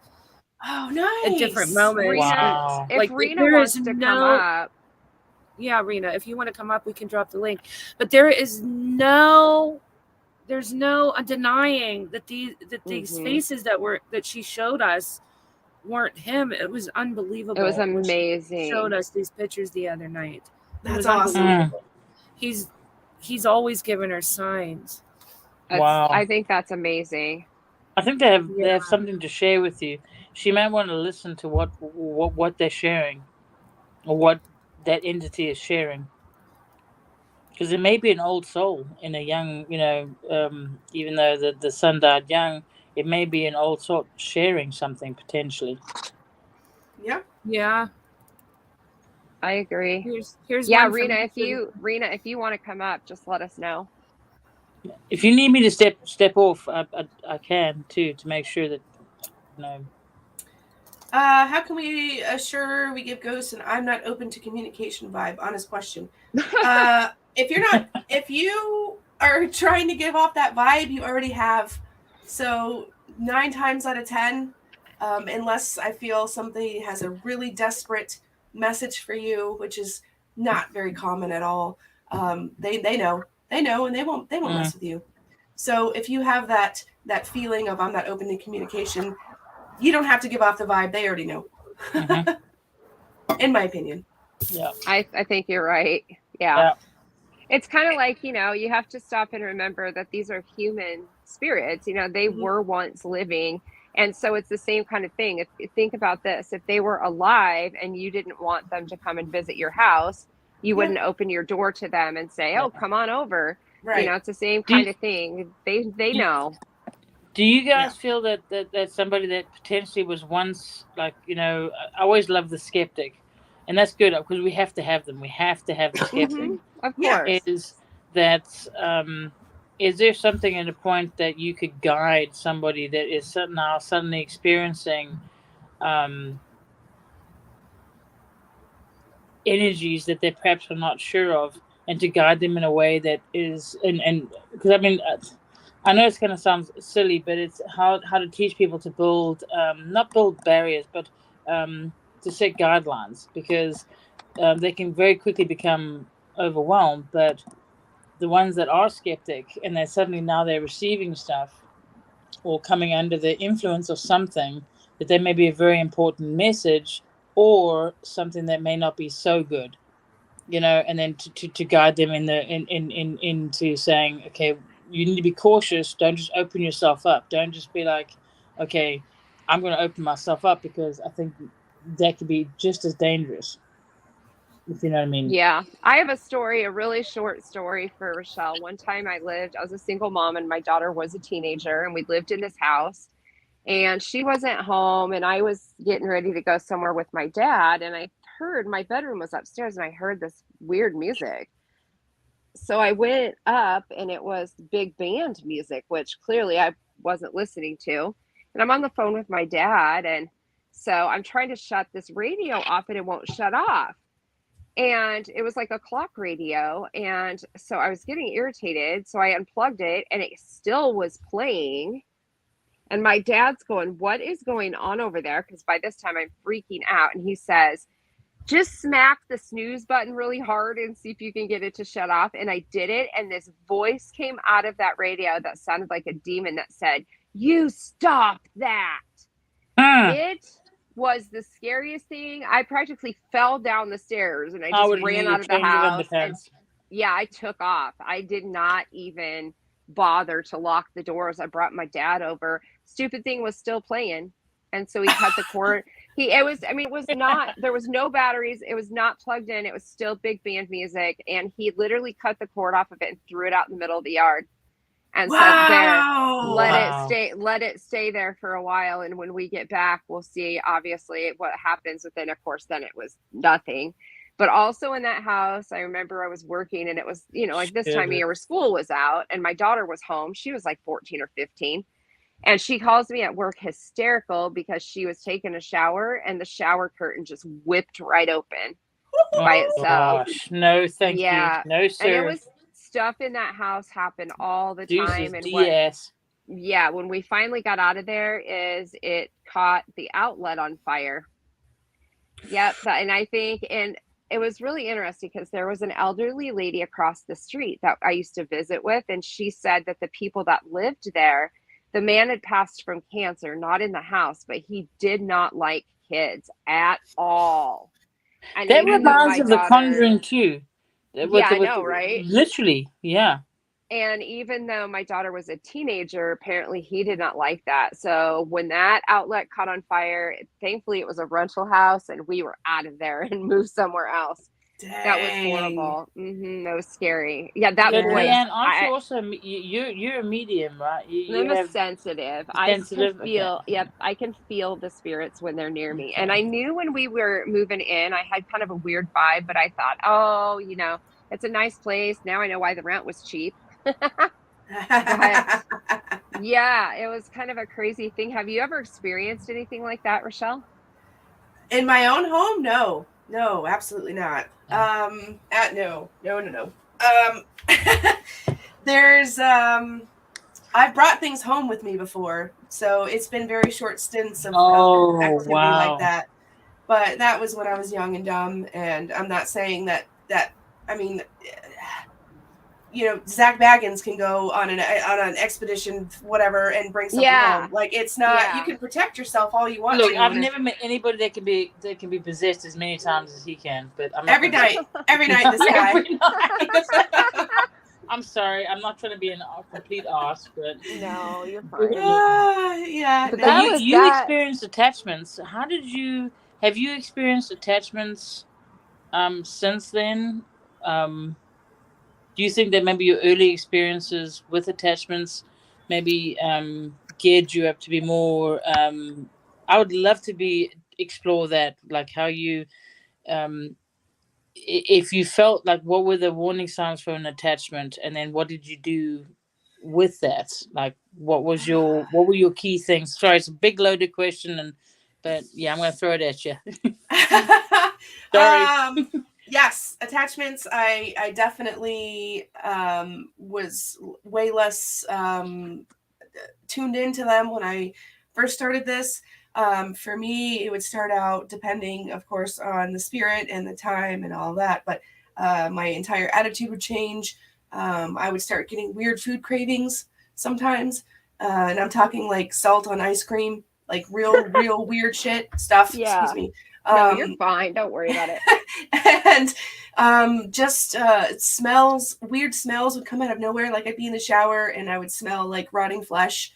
Don't start that rumor. Like, I'm a clean person, but just like places you would not expect to have these things happen.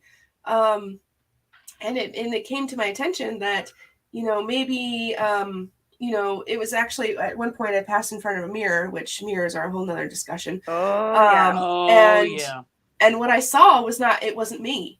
And I wasn't having I wasn't hallucinating or anything. Like, it literally was not my face. Like, it was me, but it was not my face. So I'm like, okay, that's done.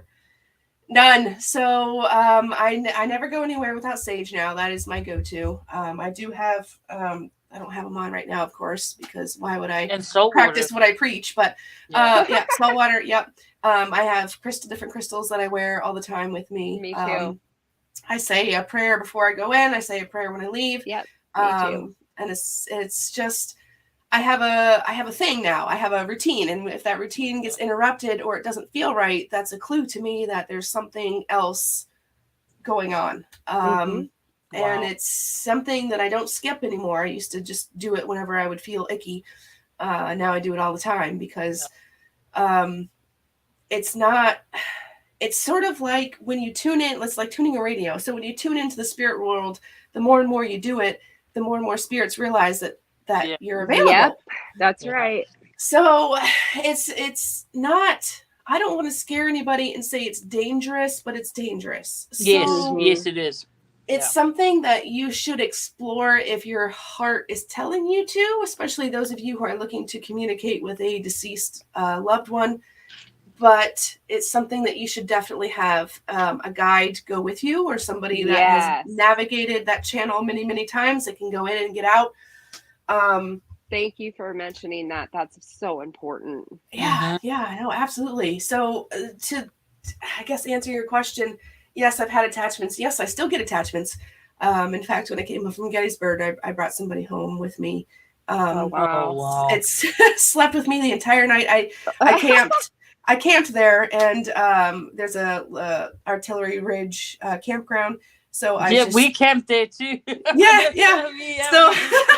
I snagged a tent spot for the night, but slept in the Jeep. And whoever it was slept in the Jeep with me, kept me up all night. entertained me the entire ride home, kept switching my radio stations back and forth. And they're probably fascinated with the radio, yes. It's especially, and and it was, again, everybody, people who don't necessarily understand would be like, well, why would you allow that to happen? And the simplest answer I have for you is because the energy was much like mine. Like we were aligned. It wasn't taking, it was just enjoying. So, and I'm okay with that, come on, let's hang out. Yeah. So, there's so many different What a wonderful facets. experience, though. Oh, man, it was awesome. Oh, it was awesome. Yeah. I ended up, her name was Charlene, and she was the wife of somebody in the Civil War who perished actually in a home when they were taking refuge. And she just could not understand the car. She just could not, the radio, the lights, the switching gears, the gear shift, all the gear. I had my drone in there. She kept turning my drone on and off. I'm like, oh my God, I'm just trying to sleep. It was just, the whole thing was awesome. She ended up going back, but it was just like a short 24-hour, Cinderella ride. It was pretty cool. What a good experience. Yeah, that's amazing. North Carolina Mama said her daughter told her about the Hat Man. Do you believe that he is real? Yes, the Hat Man. Now you're talking. Oh my gosh. Yes. Raise your hand if you've seen the Hat Man. Yes. Yep. Count me in. Oh, yes. I do believe that the Hat Man is real. I don't think it's one single person. Nope. I think it's everybody's interpretation of who the Hat Man is. And it's not like you think there's a Hat Man and then you see him. Like you just see something weird that looks like the Hat Man and then you get curious is essentially what happens. So I do think he's real. I've seen him. I know he exists. Yes. Yeah. I don't necessarily, I've had some sleep paralysis and I've had some things happen when the Hat Man has been present. But for me, it was more of a higher, sort of like downloading a higher message for me than it was scary. But it is a very scary thing. So it is. I guess it would have to. It's all personal experience. So there are people that have seen the Hat Man that think it's cool, and some that it literally holds them down and they can't breathe. So I guess it's sort of like the boogeyman in the respect that it holds you down. With a hat on? It can. Well, it can. Yeah. What do you mean? It walks into your room with a hat on and lays on you? No, it doesn't lay on you. Not quite like that. No, it's more of a pins you down sort of a thing, and it's not going in that direction that way, but it's right. It's sort of like hat off if he was going in that direction. It's the Hat Man used to show up in my house at any time that I would do the Ouija board, and my daughter, he would always stand between our bedrooms because they were super close together. That's the same damn man. He would stand in the hallway, and she would scream and cry that this man in the black hat was there, and of course, what the hell? Does he go to everybody in America? There's more. I think there's more than one, but I gave my Ouija board to the Museum of Shadows here where I live, and they found stuff manifesting out of the board. So it's hanging on Ouija board wall, and the Hat Man has not been back. And knock on wood, he doesn't come back.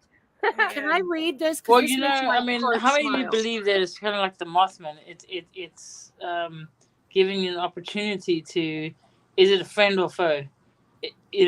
That's I'd say if he's sending you down, he's a foe.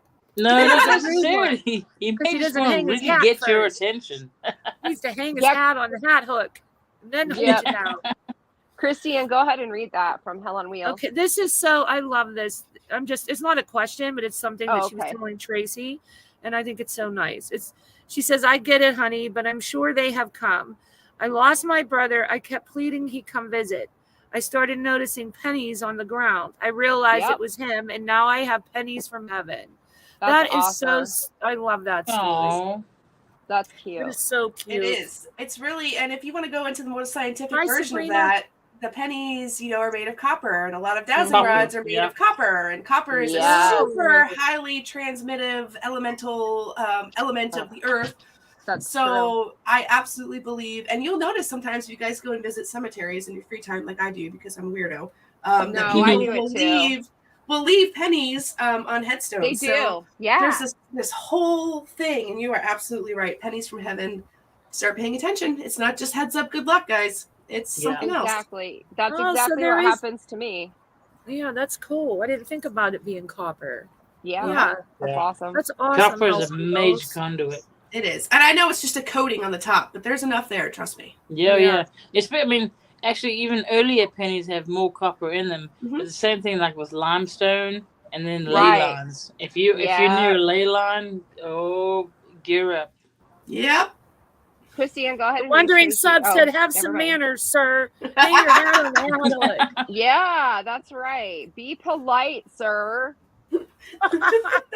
There's a lot of the hat men around. I don't know. Oh, wait a minute. Tara said she was smoking in the parking garage, and out of the corner of her eye, she saw a tall man with a top hat on. And there he is. Oh my God. So you weren't even in a sleep state. That's pretty crazy. A lot of people see him in their bedroom. Yeah, that might be interesting to look at. That would be a very good question from Angie. Believe in mediums? Absolutely. Yeah. And everything in between. Mm-hmm. Medium, large. I'm a 2X myself. I love it. I hate that joke. Somebody made that to me, and I hate that joke. But yes, mediums. I absolutely believe in mediums. I believe that you can be as littly intuitive as seeing pennies on the ground to majorly intuitive as hearing full-on conversations and being able to converse with anybody at any time. I think Carly Ray is driving. If I might be mistaken. Don't text and drive, Carly, but I'm going to read her question for you. Okay. I would like to ask what your opinion is concerning the intuition during pregnancy. Would that make you more susceptible? I had lots of activity around me when I was pregnant. Absolutely. Very common. Yep. Very common. Absolutely. And majorly, I think, I'm not a doctor, but you've got all those pregnancy hormones raging in you, right? So you've got things that are happening that have never happened before and things that'll never happen again. And on top of that, you're literally creating a tiny human life in your body. So not only is that amazing, but everybody else around you knows it as well. So yes, I think that your intuition and your gut feelings and your mediumship and your psychic medium or whatever you want to call it, your third eye, your gut feelings, your chakras are all heightened. Absolutely. Yeah. Loco Force asked, you said you brought things home when you were young and stupid. What do you think you did back then that made them follow you home that you don't do now? That's a good question. That is. I'm glad we honed in on the stupid part. That was excellent. Yes. So what I did back then? Okay. So what I did back then was I continuously and frequently threw myself into situations that I knew nothing about. And what I mean by that is not like just doing my history and knowing the location. It's we didn't know then. Yeah. It's knowing my reactions, even things down to goosebumps and simple things like that. Little warning signs of things that, I mean, now I can walk into a place and something tells me to leave or get out, and I immediately do. And it's not because I'm afraid, it's because I'm respecting their wishes and I don't want to poke the bear. So what I do now is I'm way more in tune to, I think that I'm an empath, and I think that I generally have a really good feeling, grasp on people's feelings and their emotions, and I can sense them. And when the tide turns, then I hightail out of there. And I also cleanse myself when I get home or in the car or wherever. I think you nailed it on the head because you learn from experience and you got wiser, and I think that's what any student of the paranormal will do. Oh yes. Is that we unfortunately, we had to learn by default in a way, because we didn't have like a network. There's no Google for like, hey, how do you handle this? Exactly. No, there's not. Even demonologists, if you have a degree in demonology, you're still a student of the paranormal, because it's still going to do that. Like you never stop learning. Every time you learn something new every time. You know, and everybody tells you. Yeah, sorry, go ahead. No, it's like the ocean. We can't know. They say there's so much ocean, we could never know what's all living in there. Yep, exactly. Isn't that a good analogy? Yeah. I think it's good to network and talk about it, and to share and say, and not to blast somebody off because they don't maybe agree. But I think it's how you present an argument to say, if I don't, that's the thing, is I think when they started bringing EVPs and the whole orbs, it's a dust ball. Okay, well, even though you can disprove it, let's talk about it, and let's talk about it in a safe environment, because I know you in the same thing. When I first started in the paranormal, there was viciousness in the paranormal community. Like, you'd rip each other apart. Everybody was an expert, and you're like, hang on. And there was a big move to get rid of that, because nobody's an expert. Well, you have experience, and you can't debunk that. It's just learning to debate and talk about it, and I think that's what gives us, at least in this environment, that we can do that in a safe environment without being ridiculed, and then we have so much more potential to learn. I'm far more willing to learn in an environment in which, hey, I can share with you, I can connect with somebody that I've admired for a long time. Thank you for having me on the panel. I'm not a stalker, I promise you. But yeah, I mean, it's just, it's a secret admiration, and saying thank you for setting a good example. Thank you. See, and I agree with you, Nikki. And whenever I watch her, I learn things too. I learn how to do new things, and it just, I love her channel. And I just didn't want to come across as like creepy, No. Yeah, I respect it because I watch it. I knew you would be excited to come up here with her. Christy Ann, did you start to say something? Rena. Rena wants to know, what is your take on pendulum? She came in late, so you may have already spoke on it. You didn't. You just touched on the copper, I think, right? You didn't go into pendulums. Yeah. What's my take on them? I think it's a great tool if you can use them. I'm personally terrible at them. I can work dowsing rods really well. I've had a lot of practice, but I feel like when I personally pick up a pendulum, that I sort of force my own answer, and that's sort of a dangerous thing to do. I say force. I don't actually mean like I'm like, do you know you're dead? No, like it's not like that. But I'm not very good with like super like fiddly like sensitive things. Like I'm a tomboy. I'm kind of rough. So when I'm holding, that's like me. But I also think that you have an intense energy. Yeah, that might also play a part in that. That's probably bless you. That's probably true. But I absolutely think that they are 100% reliable if the person that's working them is reliable and truthful. Yeah, yes. I love them. I love people that can work them. What's it? The truth is in the hand. The truth is in the hand of the beholder. Absolutely.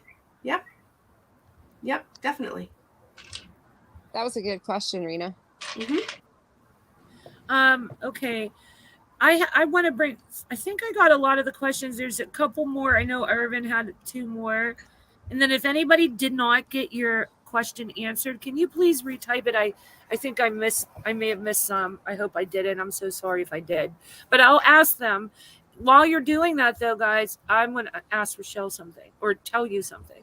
Yeah. So when I was in college, I went to an all-girls Catholic college. And it was taught a lot by nuns. And there was a convent. And it was on campus, but it was a walks away. And this has nothing to do with the story, but I got in trouble once and had to read to all the nuns and play dying nuns and do arts and crafts with them for an entire summer because I was bad. But anyway. That'll teach you. Anyway, so when you were a freshman, you had to Excuse live me. in the old administrative building. And the old admin building was the original convent, and it had a chapel inside of it. It was humongous. It was old and Victorian and beautiful. And our rooms, everything was old. I mean, I'm talking original shutters. The windows were floor to ceiling. Wow. So it was old as hell. So That's anyway, awesome. I was in a room. I had 4 roommates, and my two of my roommates were like Karens, like mama girls, like didn't swear. They were so pristine and just not my type of people. So they would never make this up, okay? Because they were goody two-shoe people. So one night I was sleeping, and I couldn't sleep ever. I would just, I could just feel something was there, but I didn't know what I was feeling, and it was uncomfortable. So I used to I had made friends with the 3rd roommate that was nice. So I would move my bed next to hers. So it would be like a double bed. And she didn't care that I was scared because she was kind of scared too. And one night I didn't do that. We had came back and just went to bed. It was so late. And about 2 hours later, the goody two-shoe, one of the goody two-shoes woke up screaming. It was 3:00 in the morning. Woke up screaming, and we all jumped up and said, what? And she goes, there was something watching you, standing over you, and I thought it was you when I first opened my eyes. And as I was looking, it was a nun. There was a nun standing over you. Ew. Well, Creepy. while you were left, her parents picked her up. I called my mother and made her ass come and get me. What the hell? So what was it doing? It was a nun standing over me while I was asleep, and it must have been doing it all the time because I couldn't sleep constantly. Like I had that feeling something was watching me all the time.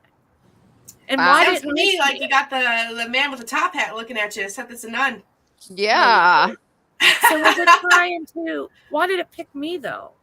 Well, you were scared, so you were easy. Your energy was probably easy for her to kind of tap into there. Yeah, but she didn't show me her. She showed the roommate. I didn't see her. And it got so bad, I wouldn't sleep in the room. We had like a room that was in the center of the room, like the floor. It was called the rec room. I would sleep in the rec room after that happened. Wow. You didn't feel it there? Huh? You didn't feel it there? No, I didn't feel it in there. Really? And I take that back. Actually, I did. I felt it everywhere. I was terrified. I wouldn't even shower alone. And sometimes in the shower, I would see like balls of light, colored light. Oh my! Yeah, that damn nun. Was it trying to attach itself? What was it doing? No, I don't think it was trying to attach itself. I think that it was definitely keeping an eye on you because you clearly were the unruly one of the bunch. Okay. So then that leads into this story. Okay. So there was the same building. There was a group of us walking. There was no elevator. Well, there was. I'll tell you the elevator story later, but it was a very old elevator, and it was creepy, and nobody wanted to get on it. The only people that used the elevator were the nuns. I might as well tell you that story now. So senior year was senior prank day, and the nuns went to church every day at one time for prayer. And we all knew that time. And so they would get in the elevator, and the only way the elevator would go is if you close the outer gate. And it was one of those ornate wrought iron gates. Oh, yeah. So when they started going up to the chapel floor, I opened the gate. So they all got stuck in the middle. Oh. Okay, but anyway. So that's amazing. And you wonder why the nun was watching you. Well, that happened before. No, that happened after the nun was watching me. Oh, okay. But that's why I had to read to all the dying nuns in the convent and play and do arts and crafts for an entire summer. That was my punishment. But anyway, that's a big punishment. You're holding out because there's something more there, girl. That is so funny. There is a little bit, but anyway, so there was stairwell, and there was about 5 or 6 of us going up the stairwell. And it was probably midnight. It was late at night, and we were going up the steps, being loud, laughing like a gang of cackling kids. And right behind us, we all heard it, all 6 of us. It went shh, as loud as day. It echoed through the whole stairwell. We all turned around. There was nothing there. We took off 180 miles an hour. And then another night, we had finals, and we were studying in the courtyard. The courtyard was creepy as hell. So we were outside in the courtyard, and you could hear, and we weren't allowed in there because this school was very strict. So you weren't allowed in the courtyard after certain hours. We were out there. We were studying just to get some fresh air. And you heard click, click, click, click, click, like heels going down the stone, because the flooring was stone. That's how old this building was, on that floor. And I'm like, shit, we're going to get caught. It's, one of the dorm people. So it stopped. I waited. I creaked the door open from the courtyard. There was nothing in the hallway. So I shut it real quiet. And I ran back over to my friend. It was just two of us. And I'm like, there's nobody there. I swear, it started immediately again. Click, click, click down the hall. It stopped. I ran. There was nothing there. Nothing. So do you think it was went back to my room because I was bad? Yeah. Yep.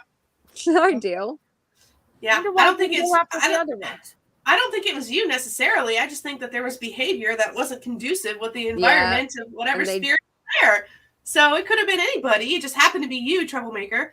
And I think that same thing is probably still happening to this day if that place is still around. That's true. Well, there was a story that a priest had an affair with a nun, and she got caught.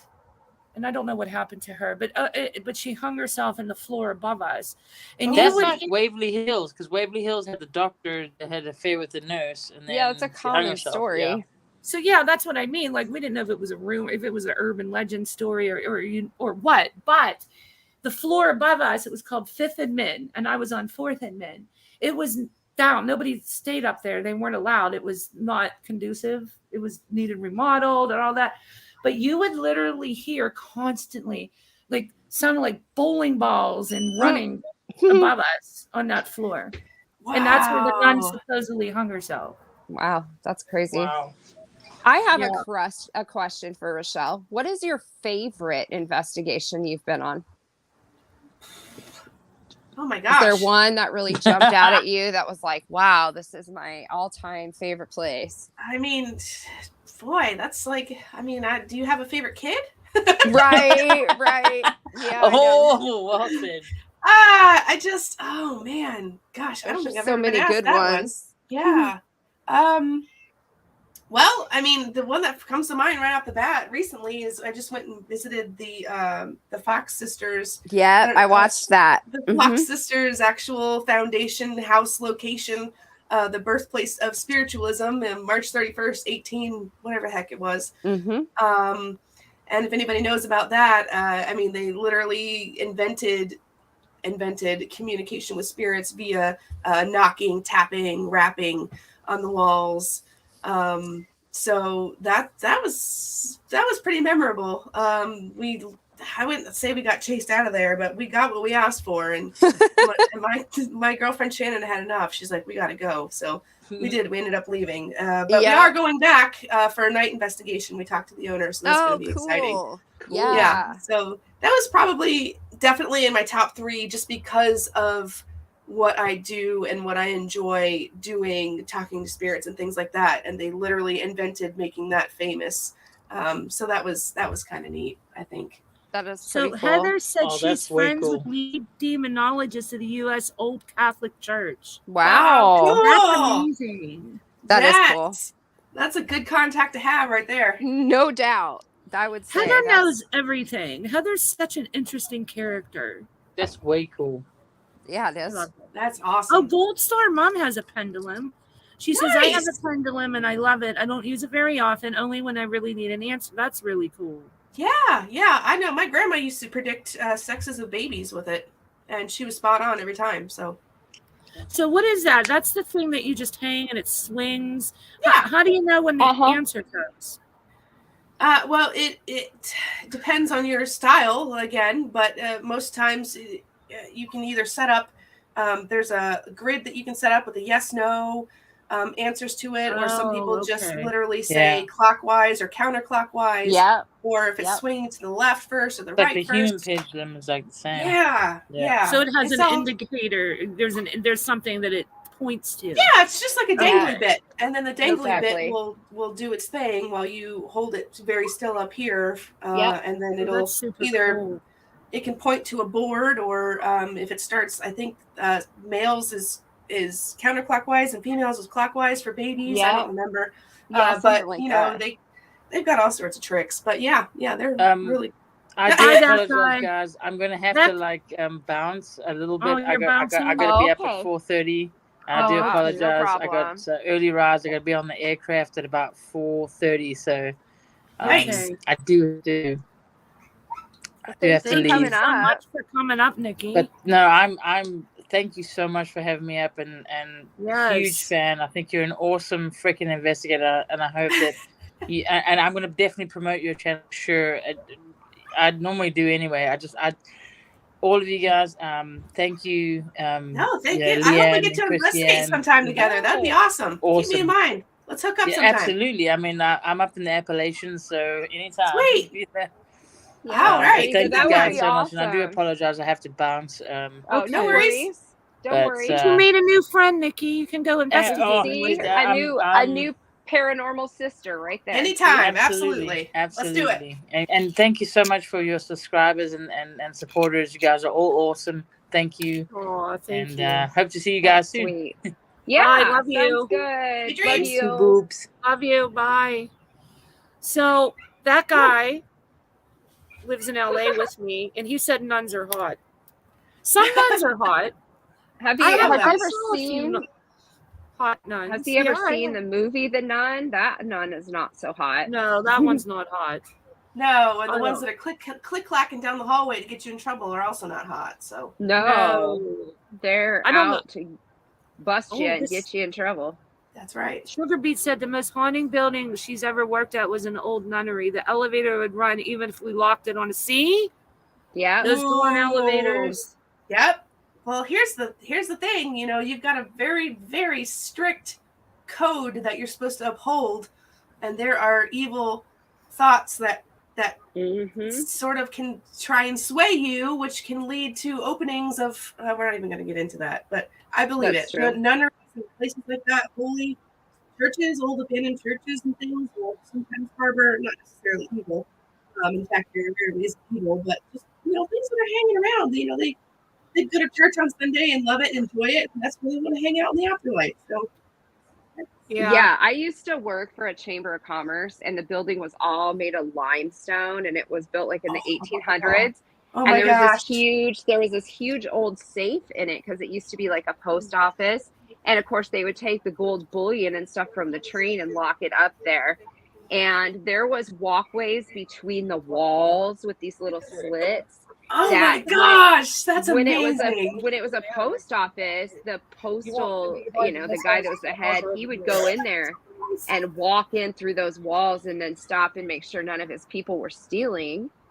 And not only was that, then later down the road, it was a police station. So the whole basement still had all these jail cells and even like the old flat bars. And it had, like interrogation rooms. We used it for storage. I hated when they would send me down to get something out of the basement. I would literally run because more than once I would hear like people whispering around the jail cell area. And I had one time, we had like casual Friday, and one time I had a hoodie on and I was down there looking for a file, and I literally had my hoodie tugged, and then I got shoved forward. And so I just went running back upstairs without the file. And I said, somebody else can go get it. I'm not staying down there. But we did. A group of us did an investigation there, and it was crazy active. Wow. And it was weird. You'd go down there and there would be a pigeon in there, and no way that we could ever find the pigeon would get in because the doors were all locked. There was no broken windows. It was the weirdest thing. So I'd have to go unlock the door and shoo the pigeon out. But it was crazy. That was a crazy, scary place to work, especially those slits in the walls. And if you were there by yourself, if you were the person to close, you would be working and you just knew it, you had that feeling because you just knew you were being watched. It was crazy. But it was a cool building. That's freaking amazing.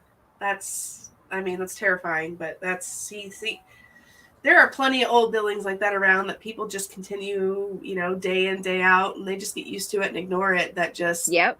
Man, that's, wow. Wow, what a story. Did you see What? Carly Rae's grandma did things like a pendulum with a ring on a necklace?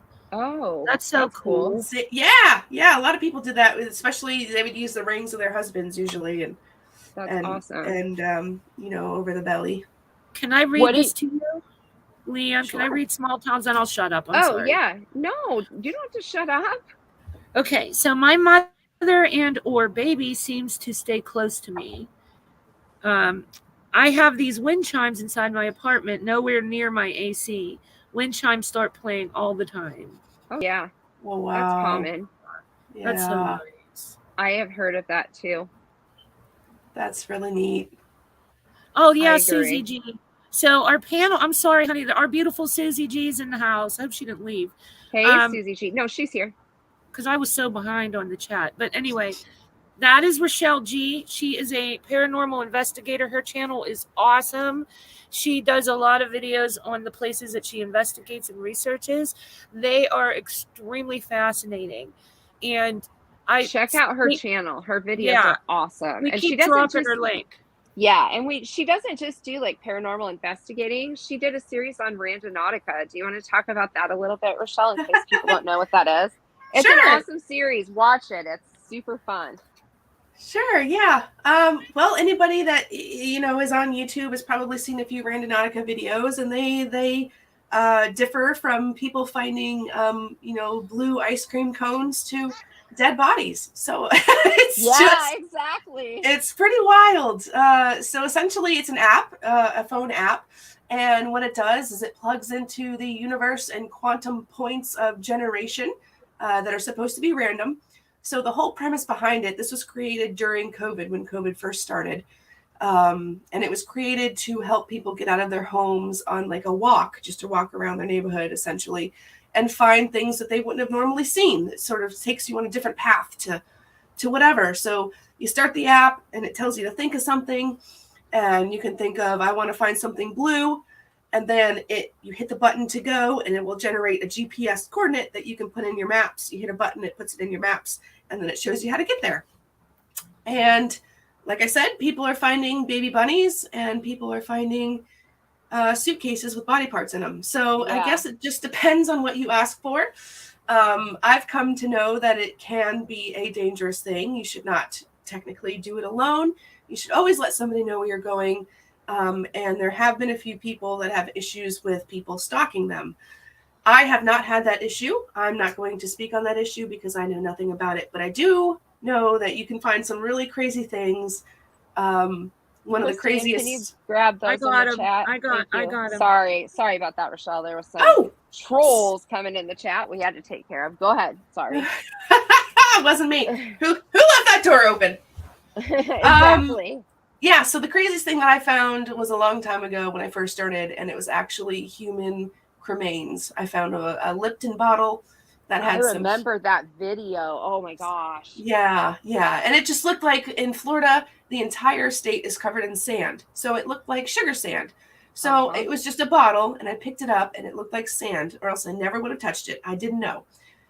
Dumped it out in my hand, and there was a tag in it, a crematory tag. And I seriously thought about quitting at that point, and I did for a little while. It just hurt my heart so much that I just blatantly did that, but I didn't know. So I asked for something. I forget now what the intention was, but I don't even remember. But I scooped it all back into the jar as best as I could, and I actually got an EVP, like Class A, that said "Look around" when I was trying to put the cremains back in the bottle, and I put it back there. I didn't even know I caught it. Somebody in the subs pointed it out, and we actually ended up going back and doing some investigating, and found a really cool like fishing lure. It was a handmade, like really old gold fishing lure. And I asked if this was what I was supposed to find. I got the answer yes. I said, can I keep it? It said yes. It was really neat. Like, it was sort of like, it's okay, you didn't know, sort of a thing. Yeah. way off I topic. remember you being so shocked. I remember that video and you were just not expecting that at all. You could just tell it watching you that you were kind of like, oh my God. No, and I would have been too. Even still to this day, like there's probably, I don't think about it every day, but there's probably not a week that goes by that I don't think about that and whoever that was. And it was just a empty spot in the woods that somebody had put their loved one in a Lipton bottle, like probably like they love Lipton tea. I'm assuming it was an old bottle. The top had rusted through.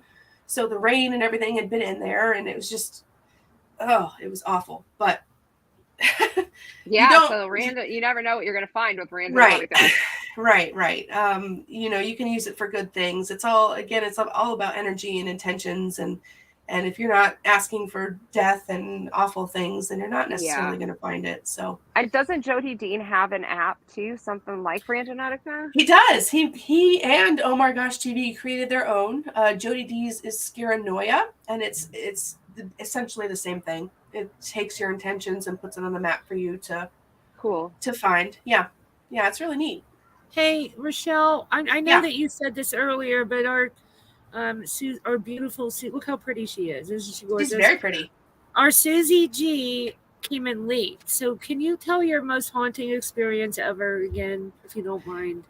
Yeah. So my most haunting experience after the fact, meaning after I'd already been there, investigated, didn't feel good, came home and edited, was actually an abandoned spiritual retreat.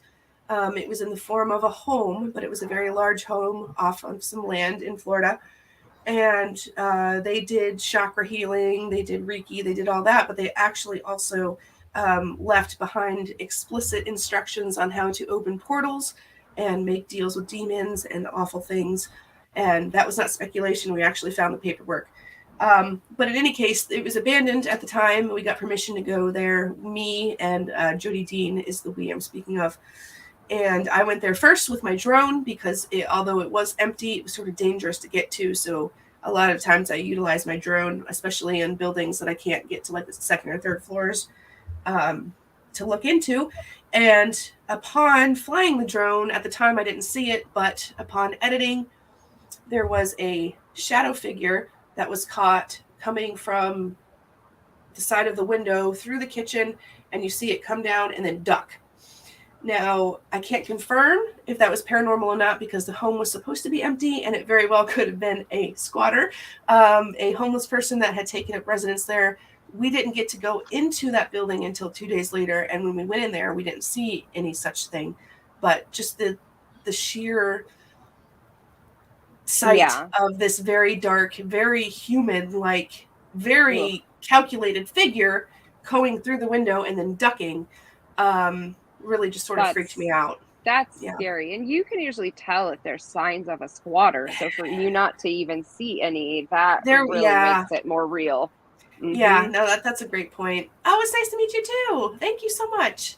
And I have to chuckle now every time I hear the word squatter. I have to just laugh. Yeah, me too. I get my reputation. I earn it honestly.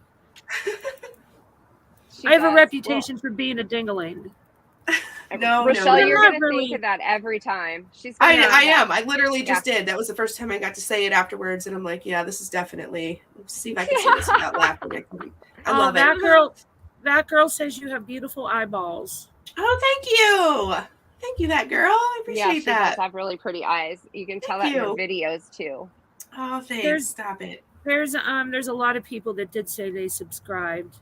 So thank you so much, guys. I appreciate that, guys. For being so. We have the best subs ever. I'm seeing that. I'm seeing that. That's awesome. Very supportive. They come no matter what we're doing, and they support us, and we appreciate the hell out of them. Look at that. That girl said your eyes just glow. Oh, thank you. That's because she's a good, positive spirit. See, she's got good energy. Thank you. You're making me blush. With it. So if you guys have not seen her stuff on her channel, I'm telling you, you got to watch it. It's fascinating. Oh, thanks. Every time I see a new video come out, I'm like, all right, everybody leave me alone. Nobody call me. I'm watching this right now. I missed this one. Yes. I missed this That's one from awesome. So Done With It. I hope she's still here. Oh, okay. Have you ever been to the Myrtles Plantation in San Francisville, Louisiana? We stayed there many years ago and had some very unusual experiences. My husband was not a believer until then. Oh. Wow. Are you still here, Wow, So that's- Done With It? I I hope would so, love- because that's an amazing story. And no, I have not, but it's definitely, thank you, Sugar Beet, in my top 5. The Myrtles Plantation is in my top 5. I for agree. sure. Yes, there's, man, that, yes. No, I have not been, but it is absolutely in my top 5. I'm hoping to get there. Well, maybe not this year with gas prices. Maybe next year. If the world doesn't fall I know, apart. right? Definitely be going to visit. I hope she's still here. I would love be to go to upset. the Myrtles. That's one of my gosh. bucket list things. Yes. That would be awesome. Dropped from the bedroom ceiling. Yeah, no. Nope. No, thank you. Mm-mm. I think Yeah, it was mm-mm. Riley. It might have been Riley.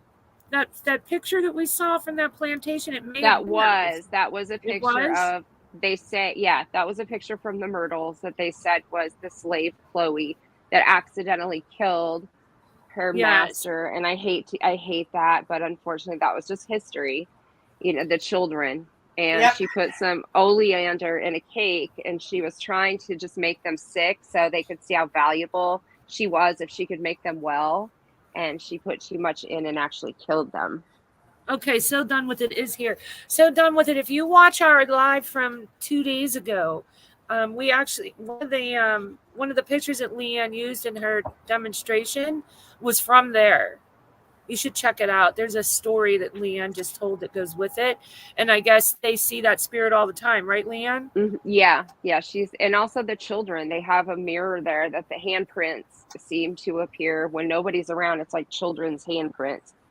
Yeah, there's lots of stories. They have a website. If you go on there, you can read a lot of stories and information. That's really awesome.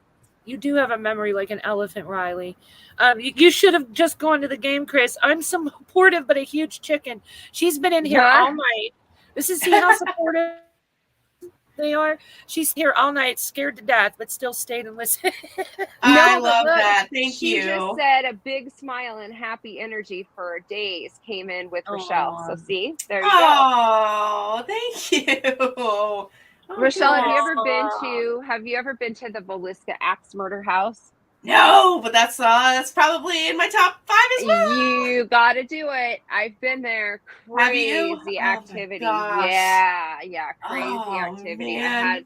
I had my ankle grabbed. I did a lot of research beforehand to learn about the family so I could call them by name. That's awesome. So I was in the children's room sitting on the bed and I was calling the kids by name, just, being respectful, not provoking. And so, when I was sitting on a bed, and granted, it's not the original bed, but it's set up like it was. And when little kids come up behind you and like put their arms around your neck to kind of hug you. Yep. That's what it felt like. No, and really? It was just, it was really cold, but it was not a scary feeling. It literally was like a child putting its arms around you. And then I was like, oh, that's so sweet. And then the next thing I knew, I got grabbed from under the bed on the ankle, and that scared the heck out of me. I took off running down the stairs, and the old owner, he's passed away now. He was still there, and he laughed and he said, oh, they're just playing with you. You're lucky. If they don't like you, they'll do worse things. He said, oh no, they like you. And I was like, oh my gosh. But you can still see the axe marks in the ceiling in the parents' room. Oh my gosh. If you ever get a chance to go there, do it. Book an overnight investigation, because there is just total activity almost from the time we walked in to the time we left. And it's creepy because they have the house set up like it was in 1912. No way. So, so that's not modern at all. You have to take flashlights. There's no electricity. So they have that lends a lot of credibility to all that stuff you just talked about. Yeah, it's very cool. And they did build a building where the barn used to be that, if you're on an overnight, people are going to need a bathroom and stuff. Right. So they did build, you know, a modern building that you can get out of there if you want. But yeah, we had the smell of rotting flesh that hit us really bad. One of our experiences, we tried to go out the door and the door wouldn't open for us. And then we ran to the other door and it wouldn't open for us. And we were freaking out. And I finally just yelled, "Let me out." And the door opened. Wow. Yeah, it was just a whole night full of stuff. So if you get the chance to go there, do it. It's worth it. I'm on it. Absolutely. So Done With It has a photo of that mirror you were talking about, Leanne, and there's a face in it. That's awesome. Ooh. Mirrors. Oh, Richelle, mirrors. Crazy, huh? Yeah. Yeah. Yeah. Yeah. Yeah. Yeah, I don't like mirrors very much. I had a very bad experience with a mirror, and I don't have mirrors in my room at all because when my daughter's now almost 29, but she was probably 6, and it was a horrible thunderstorm. And so she wanted to sleep with me because she was scared. So I was we had a dresser with a mirror, and my parents had given me the set. They bought it brand new. So it's not like I bought it from an estate sale or anything like that. So I had my back to the mirror and I was facing her. She was facing the mirror and I was saying, "It's okay. You know, it's just a bad storm. It'll go away." And the next thing she starts screaming bloody murder. And I was like, "What?" I'm freaking out. And she's pointing at the mirror and I turned around and there was this face in the mirror that was like a glowing green, evil face. And at first I thought, oh, it's something weird with the lightning, but no. This thing like sat there in the mirror and just had this evil grin. Oh God, I picked her up and we ran out the door and left and went and stayed at my parents' house because that scared me so bad. And then the next day I told my dad, "Please take this mirror off of here and take it to the dump because I don't know what that was, but I don't want to experience that again." That was so scary. And that's one of the reasons I don't like mirrors. Ooh. Seriously, yeah, and the thing is I get remarks from time to time. People are like, you know, if this stuff scares you, why do you do it? Well, if you're not scared of it, then you shouldn't be doing it. Yeah, right. So stories like this that I would not. I would just probably just poop my pants and die. Like, no. Oh God, I thought I was gonna have a heart attack. My heart was pounding so bad, and the adrenaline. I think I literally picked her up out of the bed with one arm and just grabbed my purse and my keys and just left. I'm sure you did. Oh, that was horrible. And so now, you know, and I've obviously been on lots of investigations, and I know that mirrors can be portals and different things. So mirrors, not my favorite. Yeah, it's literally a piece of glass which is made from things elemental to the earth that has gazed upon many, many things and absorbed many things, many different energies, and they have the so Done With It. There was no other mirror in the room. It was just a big mirror that was attached to the dresser. And like I said, my parents bought the bedroom set brand new. And they'd had it for years and then got a new set. So they gave it to me. And yeah, there it was, a scary man in the mirror. But the thunderstorm too, I know that the thunderstorm can fuel, you know, energies too, picking up from that. So electricity in the air, you betcha. Yep, that's a good time if you're going to use a spirit box or something to see what you can get. The S box, that's the best one. That's right. Can I ask one more? Oh, sorry. Real quick, I was just going to say, what do you think of these apps, Richelle? I know some people want to know that. Yeah. Let's talk about the apps. I'm on the fence. I use them all the time. I love them. They are not for scientifically proven purposes by any means. I'm not going to go to the head of demonology and say that I've got this evidence. Via a phone app. I think that a lot of them, you know, are predisposed to say certain things at certain times. I think technology is way smarter than we lend, you know, ourselves to believe. On that same token, however, if an application has 300, let's say, different phrases or words loaded into it, yes, they're preloaded words and phrases, but, you know, why not? Why can't a spirit utilize an application, which is energy on a battery, to say what it needs to say or have it spit it out. I agree. I mean, if it can show itself in a thunderstorm in a mirror and freak you the hell out, then why can't it say, hello, my name is whatever, I don't think that all of them are as credible as they claim to be, but I use them and I love them, because there are certain things that come out of that application on this phone that's not loaded in there. There's no way it could have known specific names or what have you. I'm on the fence. I don't think they're 100% credible, but I also think that you can't disprove certain things that come out of them at perfect timing. Like, there's no way that is a coincidence. I agree with you 100%. And I feel the same way. And that's why I told you that new app, try it out. I've had such good luck with it. I mean, do I know if it's 100% legit? No, but some of the stuff that it has said and the names that it's given, it was like, wait a minute, how did you know this? It was exactly crazy. And it was like perfectly fitting into things that are happening in my life.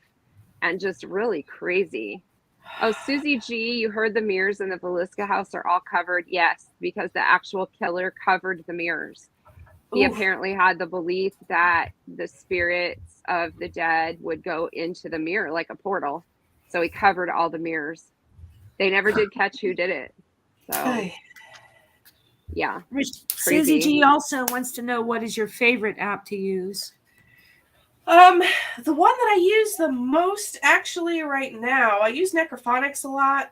Necrophonics is a little harder to understand but it's also, in my opinion, a little more credible sometimes, because it's just spitting out random, it's sort of like it sort of takes human phrases and chops them up and then puts them back together. It's hard to explain, but I do like Necrophonics. But GhostTube recently, that's pretty good. Has been my go-to. It's been one that has put forth names and locations and things that I can't recall anything off the bat, but it's the one I was using when it asked for a beer when I was at that one location. Yeah. It's the one that asked for soup when I was on my other location, and when I would bring them these on a different trip, it would say thank you, and it would say no, leave it here, or I mean, again, you can't take it 100% seriously, but you can't discount some of the things that come out of it. You just right. I'm with you on that one too. What's the weirdest thing that a spirit has asked you to bring back to it? Cocaine. Oh my god! Really? That's Sophie's kind of ghost. Did you take some powdered sugar and go, here you go, enjoy? I said, I'm sorry, good sir, I cannot provide that to you. I wouldn't even know where to begin to find it or who to ask anyway. Is there something else that I can bring you? And I think it was cherry pie. It was cherry pie after that. So, oh my god, that's hilarious. Yeah, it didn't hesitate either. It was just right out with it. I'm not going to say it again for fear of demonetization, but just, can you bring me something? Sure. What do you want? And then boom, right there. Sugar Beat said, if she's lingering, she's asking for soup.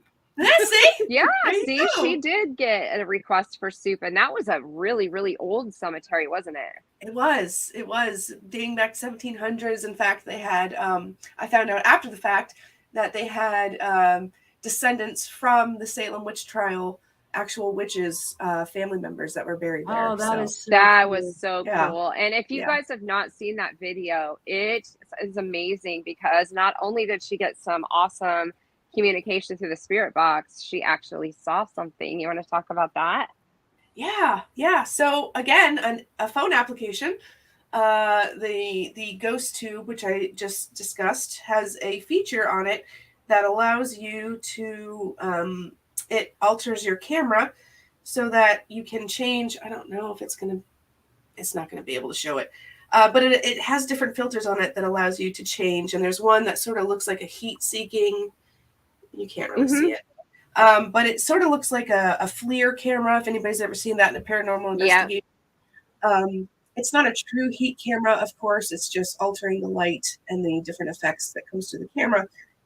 But as I was panning around, just for fun, I noticed there was something in the woods of that cemetery standing around behind a tree just watching me. That wasn't there when you took the camera down or when you looked at it with your own eyes, but when you put it back up through here, and it wasn't a stone or anything. It was past the cemetery itself. It was in the woods, and it showed up plain as day. It was really kind of neat. It's like someone was spying on you. Yep, exactly. Okay. Can I ask, I think we got everybody's questions so far. So can I ask something? Mm-hmm. Yeah. Okay. Of course. So it goes back to your attachment when you were talking about attachments, and I didn't want to interrupt you with Nikki, so I waited. Okay. So my mother passed away 6-7 years ago. I try to forget about it, so don't think I'm horrible for not remembering the date. No, I get it. It was a very traumatic. I lost like 40 pounds in a month just from stress, grief. Yeah. I couldn't function. I couldn't even send my kids to school for weeks. They were little. And I made everybody in my house sleep in the same room. Like both kids had to be on the floor.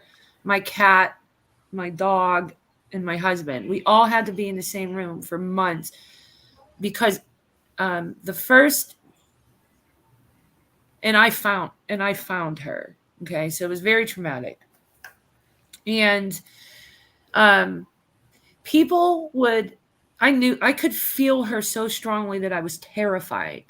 And I know it was my mother and I wasn't supposed to be scared, but I was terrified. And I think I was terrified because I didn't want to see her in the spirit. And one night, and this is crazy. So I finally sent my kids to school, and my husband was at work, so I was home alone. I spent days outside because I was a housewife at that point. I didn't work then. Outside finding things to do because I knew she was near me, and I was so terrified I couldn't be in the house alone. So I would like rake leaves, 20 bags of leaves. Like I would find anything and everything to do. It was cold too. I would sit out in the cold because I couldn't be in the house. And I had a game room, and the doorway, the patio doors, when we had a bar in the house, was right next to the bar. So I would leave the patio doors open in the dead of winter and have my chair in between the house threshold and outside so I could run. And we had to clean out her apartment. So all of her belongings were all through my game room, all surrounded around me. And I could feel her so strongly this one day that I was sitting there and I just started talking to her. And I said, Mom, I am so sorry. And there was a wreath and something else sitting on top of a box. And that son of a bitchin' wreath picked up and fell to the ground. It picked up and fell to the ground. So I know she was there. There was nothing that no heavy stomping could have made it. It literally picked up and she moved it. I know it. And I got up and ran the hell out of the house.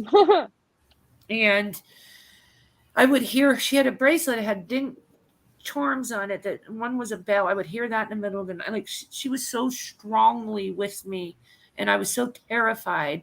I couldn't eat. I couldn't sleep. I would literally sleep with the covers over my head with just my mouth hanging out so I could breathe because I feel her standing there over me. And everybody would tell me that I look like an angel. Strangers would stop me and tell me that I was beautiful and that I was glowing. My husband said I look like an angel. My best friend said I look like an angel. Was that her attached to me? Is that why I felt her so strongly? Was she? I think so. So she was attached to me, and like people could see her aura, maybe? Oh, yeah. Mm-hmm. Okay. When she left me, I was so bad. Like I was going to the hospital with 3 times a week with panic attacks because I thought I was having a heart attack. They were that bad. That's how terrified I was. And my mother died.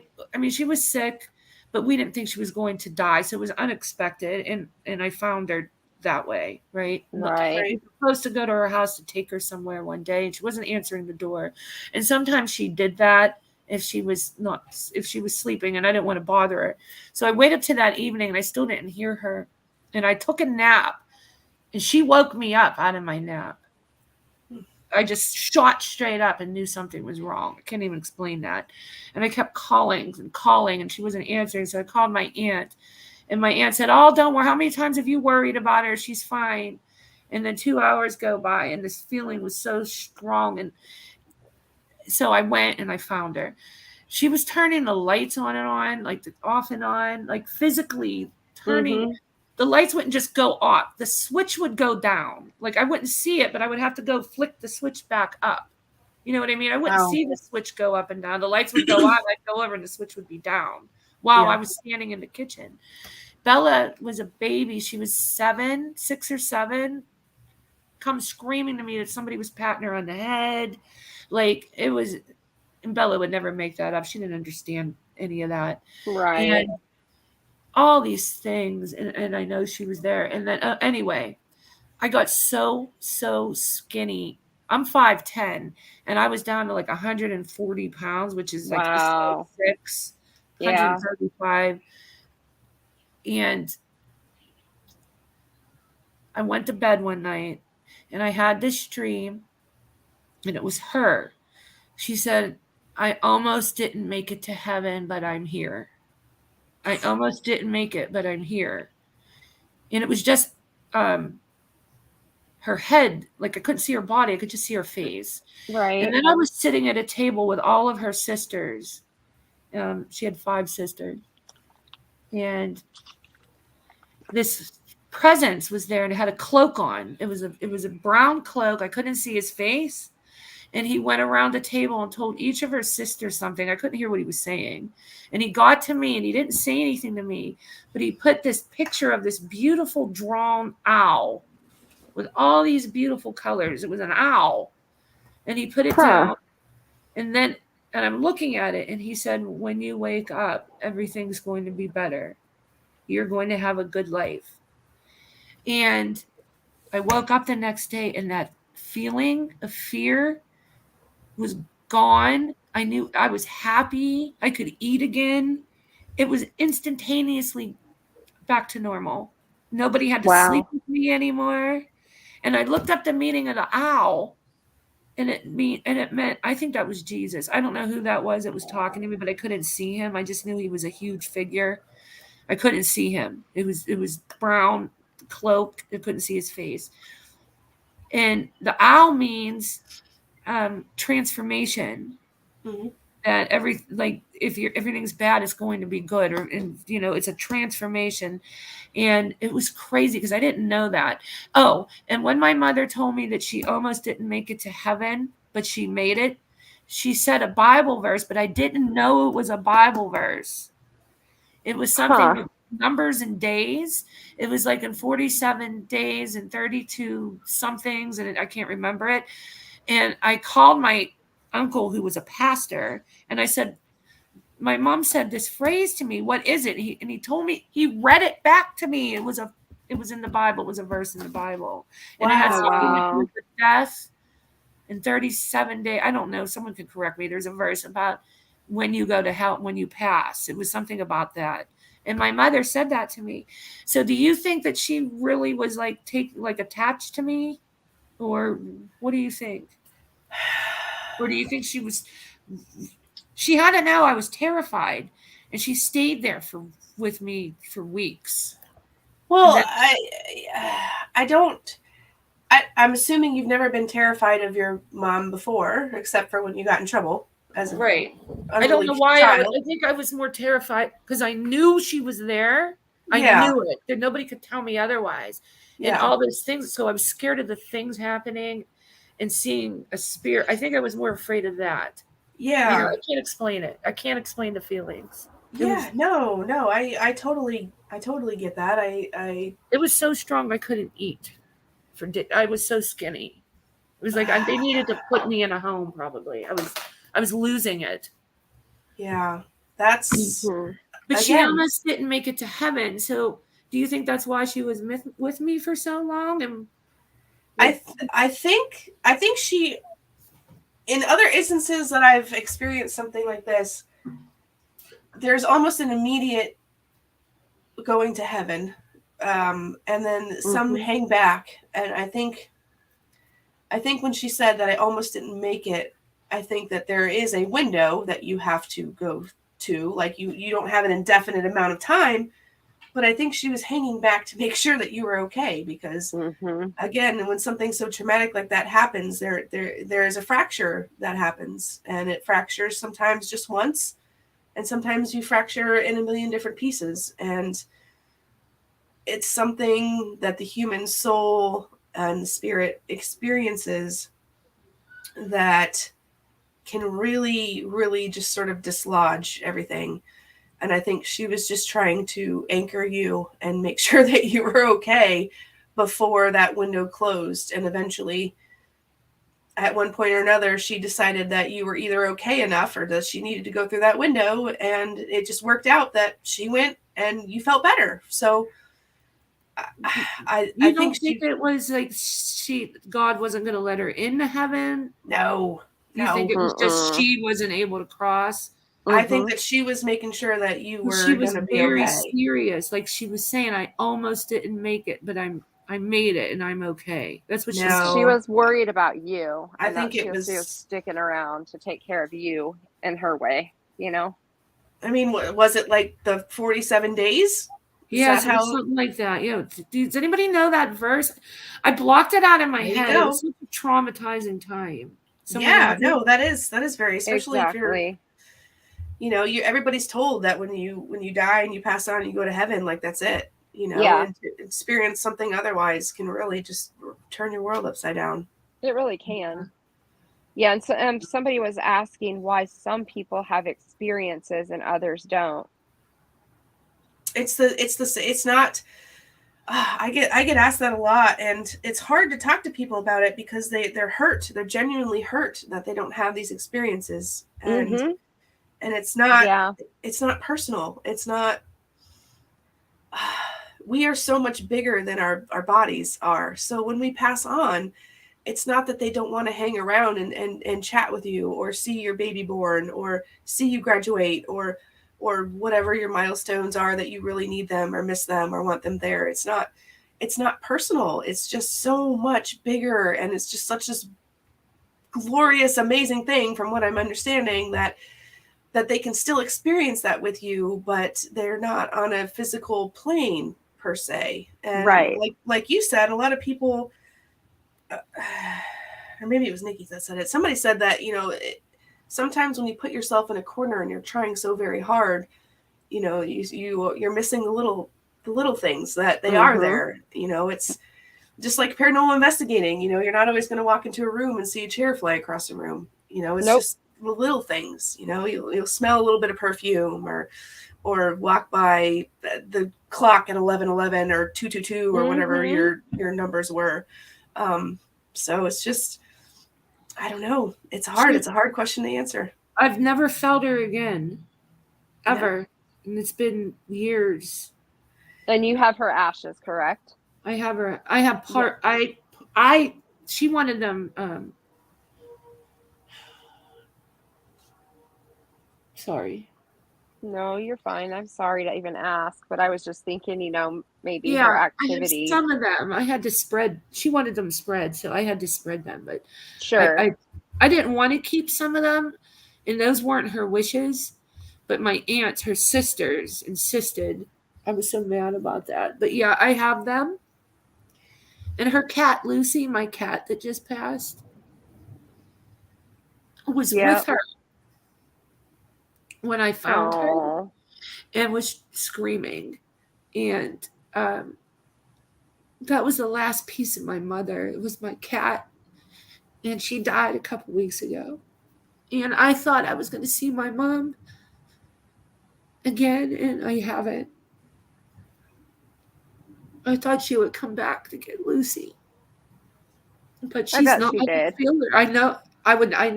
That feeling I had, I know she was there. Nobody can tell me there's not an after that experience. I will never believe that there's not an afterlife or somewhere you go. I don't know if there's a heaven or a hell. She may have said heaven because that's what I'm Catholic and that's what I understand to be the place you go. Could totally not be what we believe to be a heaven. But I know she was there. That wreath lifted and fell to the ground. She was showing you she was there. But I thought she would come back she used to say to me, "Don't let anything happen to my cat."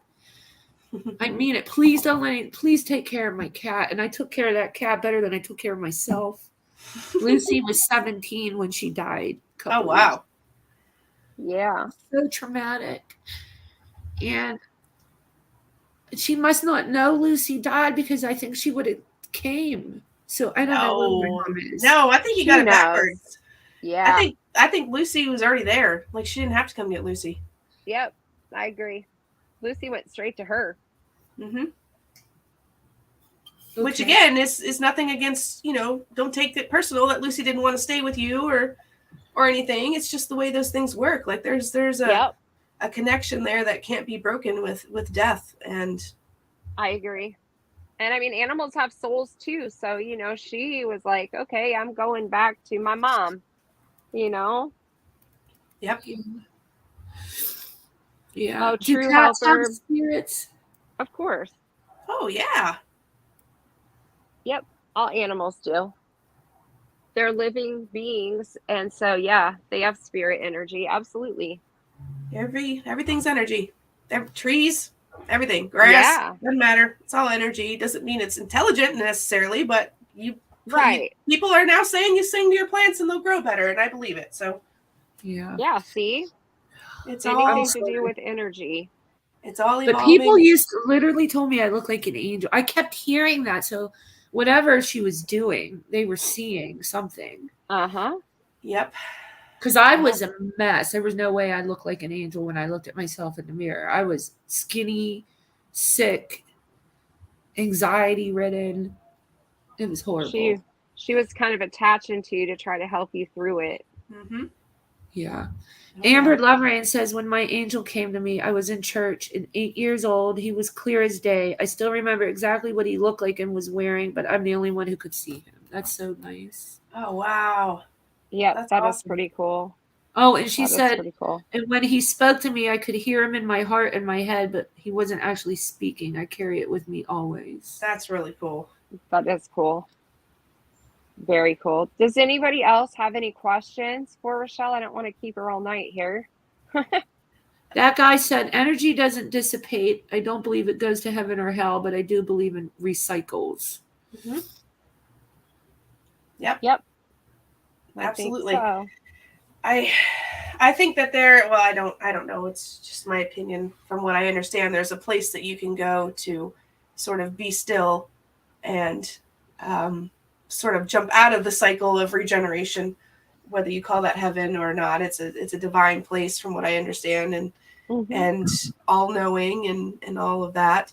But yeah, I think it's something that we learn and we grow and we just keep on going, essentially. Yep, I agree. That's so sad. Fish like a girl. I'm sorry.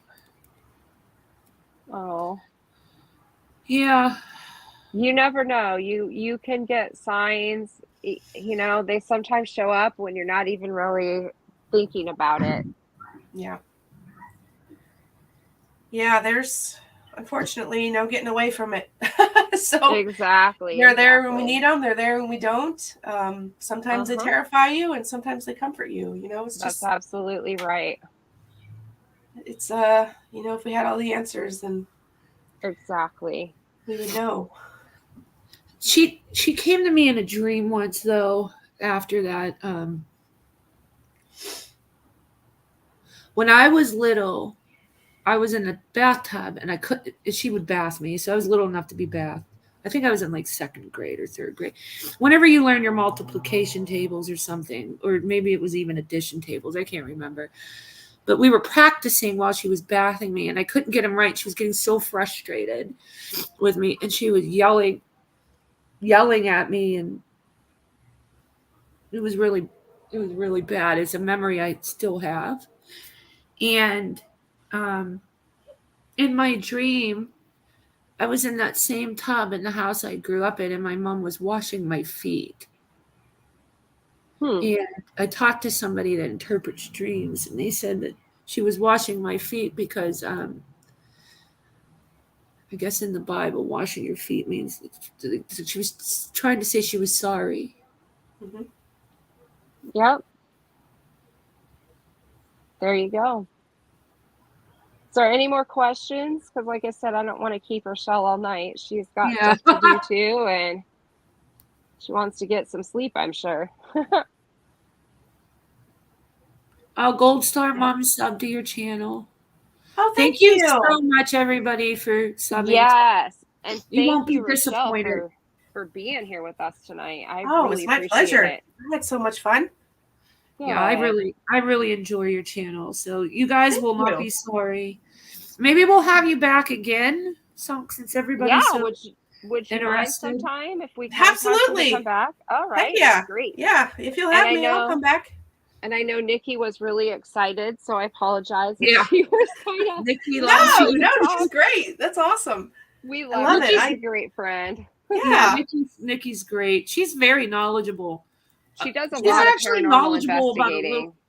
That and a little bit of everything. Like she's one of those like Renaissance women that know a little bit about everything. Yes. So she's very interesting. It's a good peeps to have around for sure. Yeah, lots of people thanking you for being here and gonna go and check out your channel and sub. So thank you all for doing that.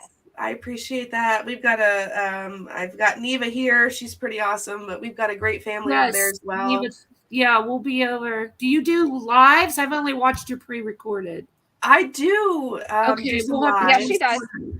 Not as many as I should, although now I want you ladies up on my panel. So let's get together and get you up on mine, and you bet. And we'll let everybody know. And because this is it's fun touching on the other subjects besides like things that you can actually see or hear. Like that's important.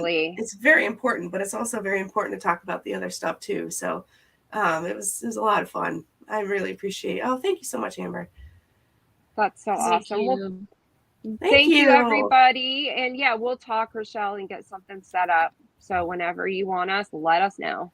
Yeah, absolutely. We'll be in touch. Sure. We're Facebook. Okay. Well, either email or whatever. We'll definitely be in touch. I'd love to come back or have you guys over. We'll figure it out. Definitely. Perfect. Thank you. Yeah. Maybe next time everyone. Maybe next time we'll have people come up on panel and ask questions because I think I missed a bunch. So it's hard. It's really hard, especially when you're doing a live panel. Like it's hard to get to everybody, and everybody's been so patient. So I appreciate that, and you guys did an awesome job getting to everybody. So thank you. Absolutely. Yeah, we're a new channel. We're proud of our little channel that we have. Couldn't tell. You guys are running this like a tight ship. I love it. We're trying to grow organically and slow, but we have really good people when we do. We have so many good subscribers. So we're very lucky. Do. Yes, you are. That's awesome. True Helper said, try a channel called Leak Project. Rex is a friend of mine, and he also goes into these topics. No mandate or pressure, of course. Sorry, I don't mean to promote. No, that's okay. Everybody, it's okay. I think we all like to check out different things. So yeah, that's write that down so I don't forget. Yeah. Thank you, Neva. Is it Neva or Neva? Is it Neva? Thank you, True Helper. Neva, that's a beautiful name. I'm so glad that Neva was here. Yeah, that is a beautiful name. I really like that.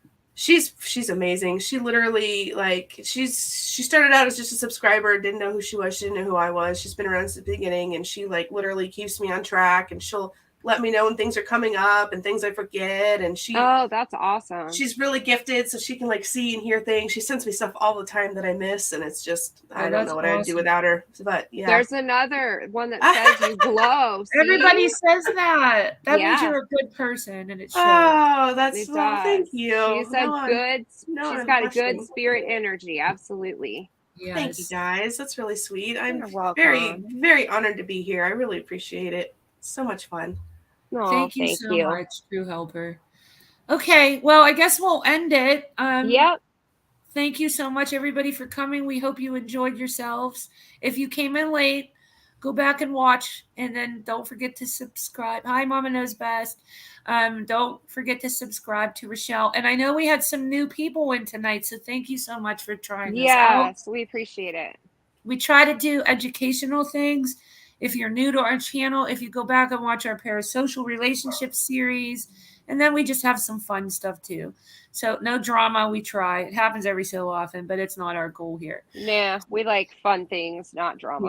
Yeah. But it's, it's real life. It happens. But anyway, have a great night. We'll see you all tomorrow with day 4 of our paranormal days. Day 4 already. Tomorrow is Melissa Jade at Amityville. That's right. I'm stoked about that. Richelle, she's going to be live for at Amityville. So. Ooh, heck yeah. That sounds awesome. Yep. Good. So, all right. Well, good night, everybody. Thank you again, Richelle. We'll talk to you soon. Absolutely. Thank you. Bye, guys. Bye, everyone. Mom.